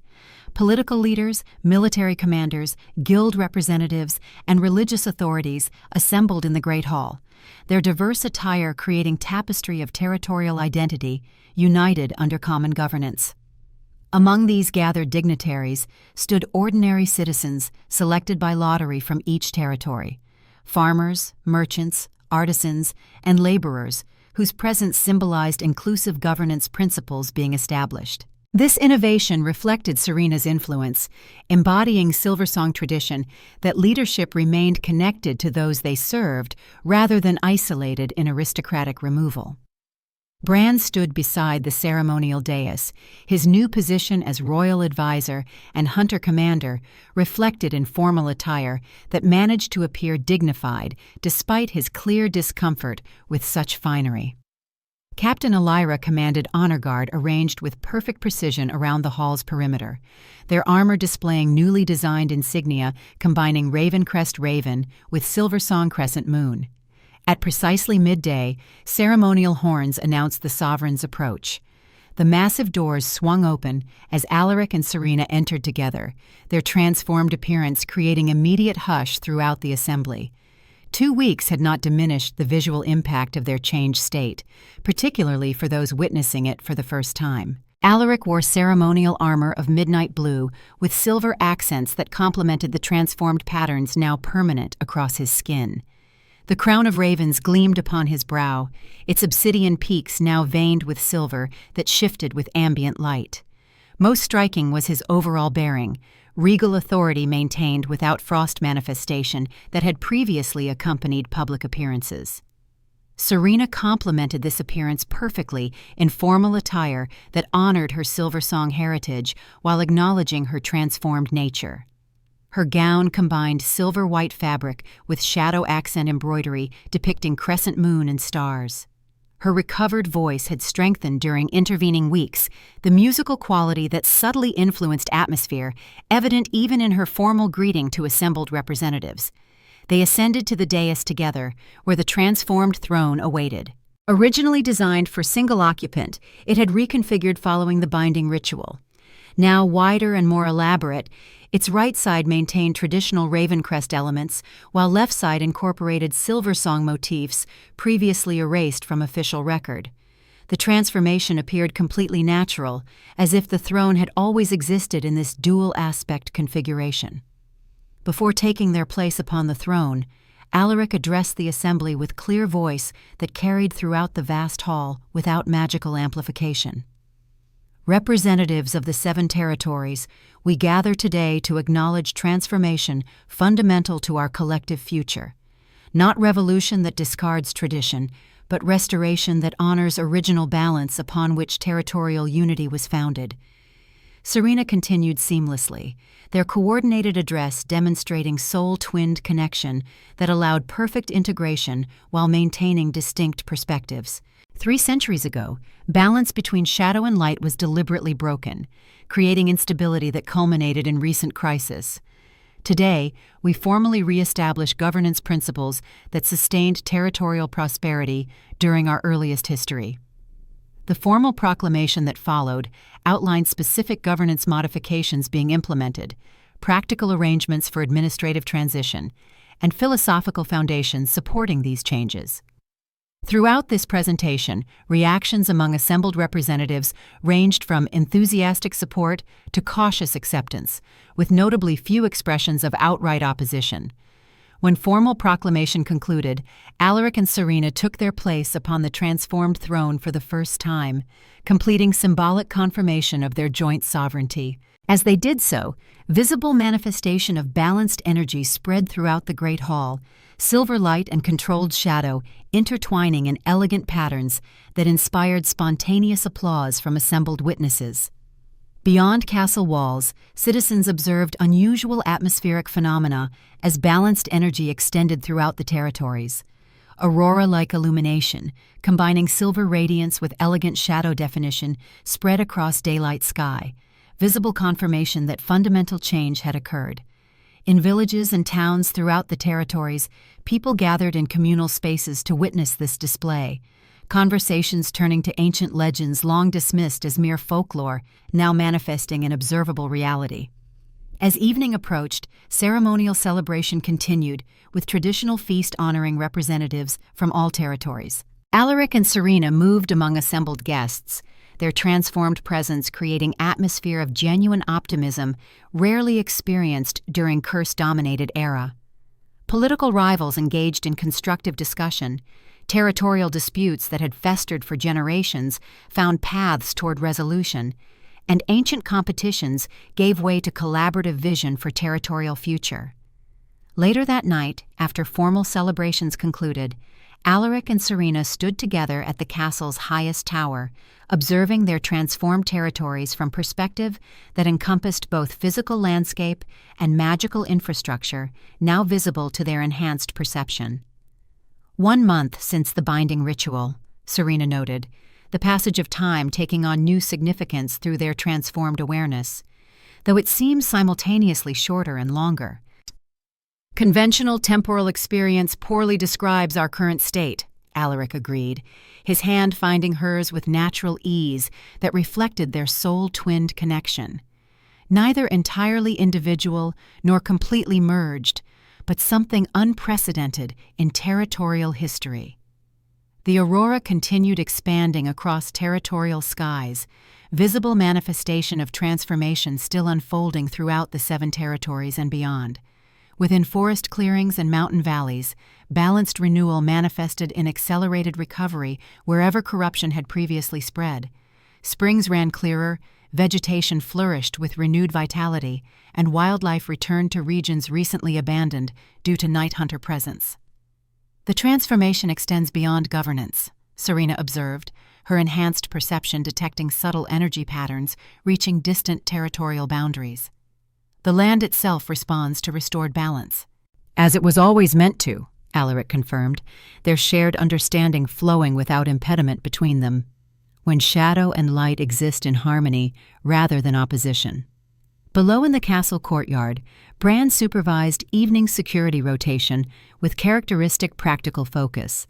His relationship with his daughter had strengthened during recent weeks, their 15-year separation giving way to renewed connection that incorporated both past bonds and present reality. His gruff exterior occasionally softened when observing her transformed status, paternal pride evident despite his disciplined demeanor. The heart of Ravencliff, secured once more beneath ancient chamber protections, maintained steady rhythm that supported systemic restoration throughout territories long diminished by imbalance. Its connection to Alaric and Serena remained permanent aspect of their transformed state, providing unprecedented awareness of territorial conditions without requiring physical presence. As the moon rose above Ravencliff Castle, its silver light illuminating transformed territories below, Alaric and Serena turned from observation to address challenges awaiting them on the morrow. Not conclusion, but beginning, their transformation represented first step in comprehensive restoration that would require years of dedicated effort. Yet foundations had been established, balance restored after centuries of deliberate suppression. The curse had become blessing, silence had given way to song, and shadow and light had found renewed harmony in their transformed representatives. A new era had begun for the 7 territories, built upon restored understanding of their original founding principles: balance, partnership, and the recognition that apparent opposites could create something greater together than either might achieve alone.